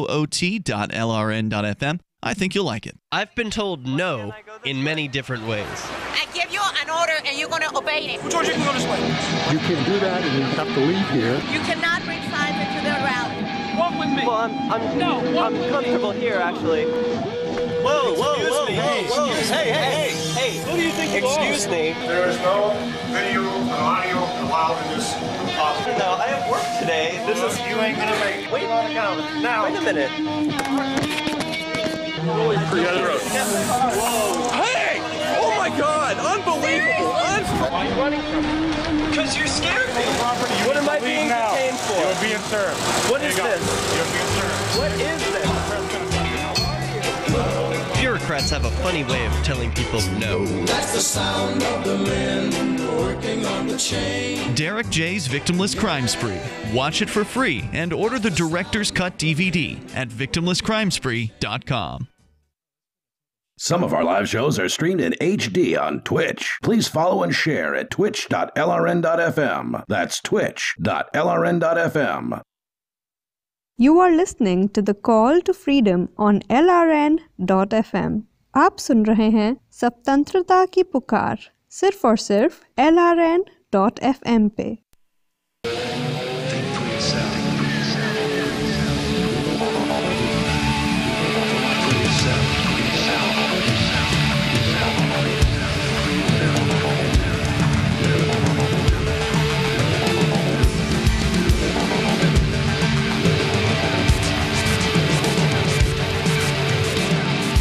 All right, welcome back to the Call to Freedom here on LRN.FM. We normally do our Cannabis News Hour segment here, but I actually checked, and there's not a great deal happening as far as cannabis goes. And we had a caller on the line, Rev, who is a somewhat regular caller, who wanted to bring up some things that he wasn't able to earlier because I kind of put him on hold for 40 minutes while we got into the drama. So what's up, Rev? How are you doing today? I am glad to be with you guys today, hon. Normally, Radical Agenda's on, but they were having some technical difficulties, so here I am. Originally, when I heard the first hour, I want to talk about like Abe Lincoln and the transgender military ban, but screw that. This is too much fun. So I was one of the pot stirrers, and a great shout out to see how we kind of made a big, how we had a lot of fun with this big spectacle, is if you guys go on YouTube under Shire Free Media, which is Vincent's thing, and he posted that NPC picture of her next to Cantwell, and it was a call that I totally did not do, impersonating Jackie about her being overweight and ugly and an Antifa member and wanting to defecate on people's cars or be in a mental institution cutting herself. So I'd like to think that without cursing, as let's just say a word that begins with a C and may end with a Y, as I am, that we had a lot of fun. But real quickly, the big thing, too, Aria, you did a great job of comprehensively describing this. And, I mean, you're there in Keene, and you saw all this stuff, you know. But the one thing that and you tried not to get involved. Like, I can say even I was arguing with Aria, like, why are you, I mean, you know, it's whatever. But I just felt like the character of the, whatever. I got to condense this. Listen. I disassociated from her. When she started in on Chris, I told her straight up that I was removing her from my friends list, and I did. Yeah. That's the gay guy, right? Chris? No. Not Cantwell, the other Chris. No, that's Chris Wade. Yeah. Oh, I don't know what he hosts Call to Freedom on Tuesdays. Okay. With us. Okay, but the point is this other Chris that's not Cantwell offered these people a place to stay, and I do kind of feel bad for Daryl. I know almost nothing about Daryl. I just know he was a big part of you guys' production and a good friend of Ian's and Mark's for a long time. Daryl is what the government calls collateral damage. Yeah, definitely. He's the hospital of orphans that got blown up, taking out that ISIS base next door. Anyway, but the thing is, so real quick, one thing that escalated this so badly, and look, it doesn't matter what the lady's appearance is, because she could be smoking hot and be an A blank blank blank hole, you know, but she wasn't, so that kind of gave us, those of us in the far right, and then the Nazis and the alt-right people in Cantwell's crew on the Telegram group, suddenly, you know, her docs started showing up and LinkedIn and all this and that. But I want to make it clear, no matter how bad the Nazis were, they did not threaten to do anything to her. However, there was evidence. I'm not on Facebook personally, but I saw the pictures, and there's evidence, real quick, Aria, that she was, yes, she did say to defecate on his car, but her followers or some of her friends on there, some of these you-know-what holes were threatening to shoot Chris Cantwell and take his life. And at that point, it became, okay, here's what this pig wants to do to me. Hey, gentlemen, have at it. Because, yeah, dude, so that's the thing, everybody. It wasn't just, yes, Chris is a D blank, blank, blank CK head in a good way. That's why we love him. That's our Cantwell. But Chris does not threaten people's lives. He doesn't take the stuff this far. Even you and him with the friendly rivalry, he's never going to dox you or nothing because he knows you'd never do that to him. So I'll shut up. But, yeah, I don't think a lot of people know that... Yeah. No, I think that's a critical aspect of this that has gotten lost in the fray because, I mean, it's no longer about me whatsoever, but I was literally on the mic that night challenging Cantwell. I literally got on the mic and told him he was a despicable human being to his face. That was great. Yeah. And I have not been doxxed. I have not been threatened. I have not had to leave my home in the middle of the night. And it's because I did not escalate this to the point of absolute insanity. Right.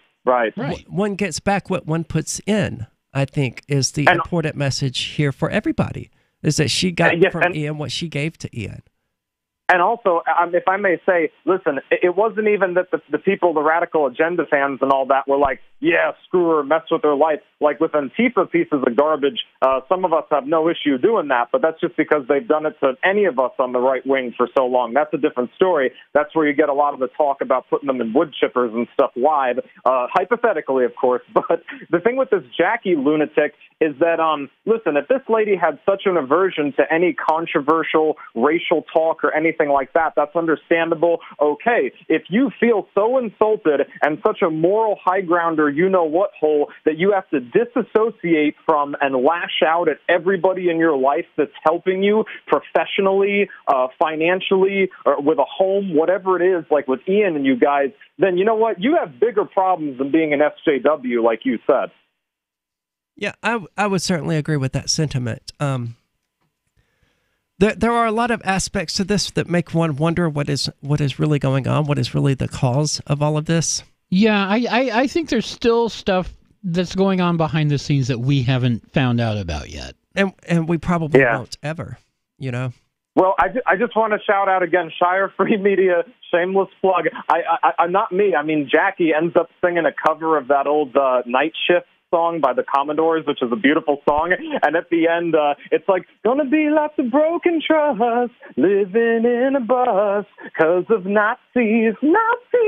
And then at the very end, it's like, with 68 IQ, Somalis. Dude, poor Vincent, I thought this boy was gonna like have an aneurysm. He was trying not to laugh. Even Ian was cracking up. But real talk, I am sorry that happened to you guys, you know, to Daryl. But, you know, at the same time, man, it's like you have to understand if a cancerous lard tumor is attaching itself to you and trying to destroy your life, you need to excise that thing, hun. You know? So he let this go on, too. You do, but whatever. It's not that easy. I've lived with a psychopath, and she did the same sorts of things. She attempted to gaslight me. What she didn't count on was that I was well more grounded in reality than she anticipated. Yeah. Well, I'm going to give you guys the last few minutes to end on a light note. Sorry to cut you off on, but I'm going to get off here. But hey, I can't wait till I can't wait till you, Vincent, and hopefully Cantwell or whatever. So, like, you got to go on questioning authority, man. I'm telling you, Vincent's the golden child. Shouts to Ian. I'll be sending a little donation soon by mail there. All right, take care, guys. All right, take care. Have a good weekend. This was supposed to be a cannabis segment. Do we have any cannabis news? There is nothing. See in the anything way of cross my cannabis. desk today? No. The same stuff. I mean, we can rehash some of it, really, like pain relief and cannabis with Dr. Moskowitz, but we already know this. We've already talked about it. That's been the disappointing thing as I've checked on Leafly lately. It's also happening with news.bitcoin.com, which is just the cryptocurrency news. It's stuff that people are writing because there's really nothing happening. Is it just a slow news month then? Probably. I mean, it's January. Well, so yeah, it's January. A lot of people are, I guess, just not interested. A lot of people hate the Patriots, and I found out that which Patriots? The New England Patriots. Oh, the football team. Okay. And the reason I found out about this is because suddenly my newsfeed was filled from people talking about how much they hated the Patriots. So I inferred from that the Patriots were going to the Super Bowl. Yeah, the Patriots are going to the Super Bowl. I think they are playing the Rams. And I heard the usual allegations of cheating and all of that. Tom Brady is cheating. Yeah, that's popped up a couple times in Facebook. So.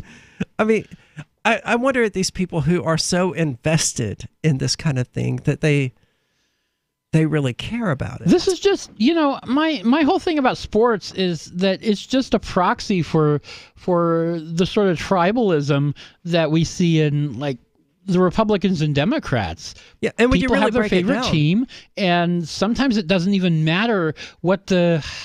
Well, I get people rooting for their home team. I get Right. that. It's your area, but it's your culture, especially in regard to colleges. But with national recruitment, it no longer really applies. You have people you're going to Mississippi you're raised State. Democrat, you're raised Patriots, But a player, what it ultimately comes down to is we're not rooting for the players we like.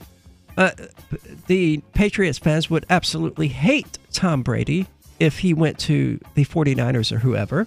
Well, of course, they consider it treason. Yeah, so it's not about the players. It's not about any kind of loyalty to the location, which we know because of colleges being flooded with players not from that area, nobody seeming to mind, or the Patriots being filled with players who are not from New England. Right. What it ultimately comes down to is that people are rooting for the uniforms.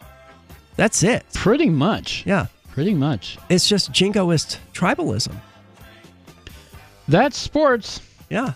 This has been Call to Freedom. On LRN, stay tuned. Free Talk Live is coming up next. On Free Talk Live, we're bringing people to the ideas of liberty every day. From wrestling superstars like Glenn Jacobs. You guys really are having an impact, I believe. Like I said, a lot of where I am now is due to listening to Free Talk Live. You changed my mind on some very important issues years ago. To random people tuning in on the radio.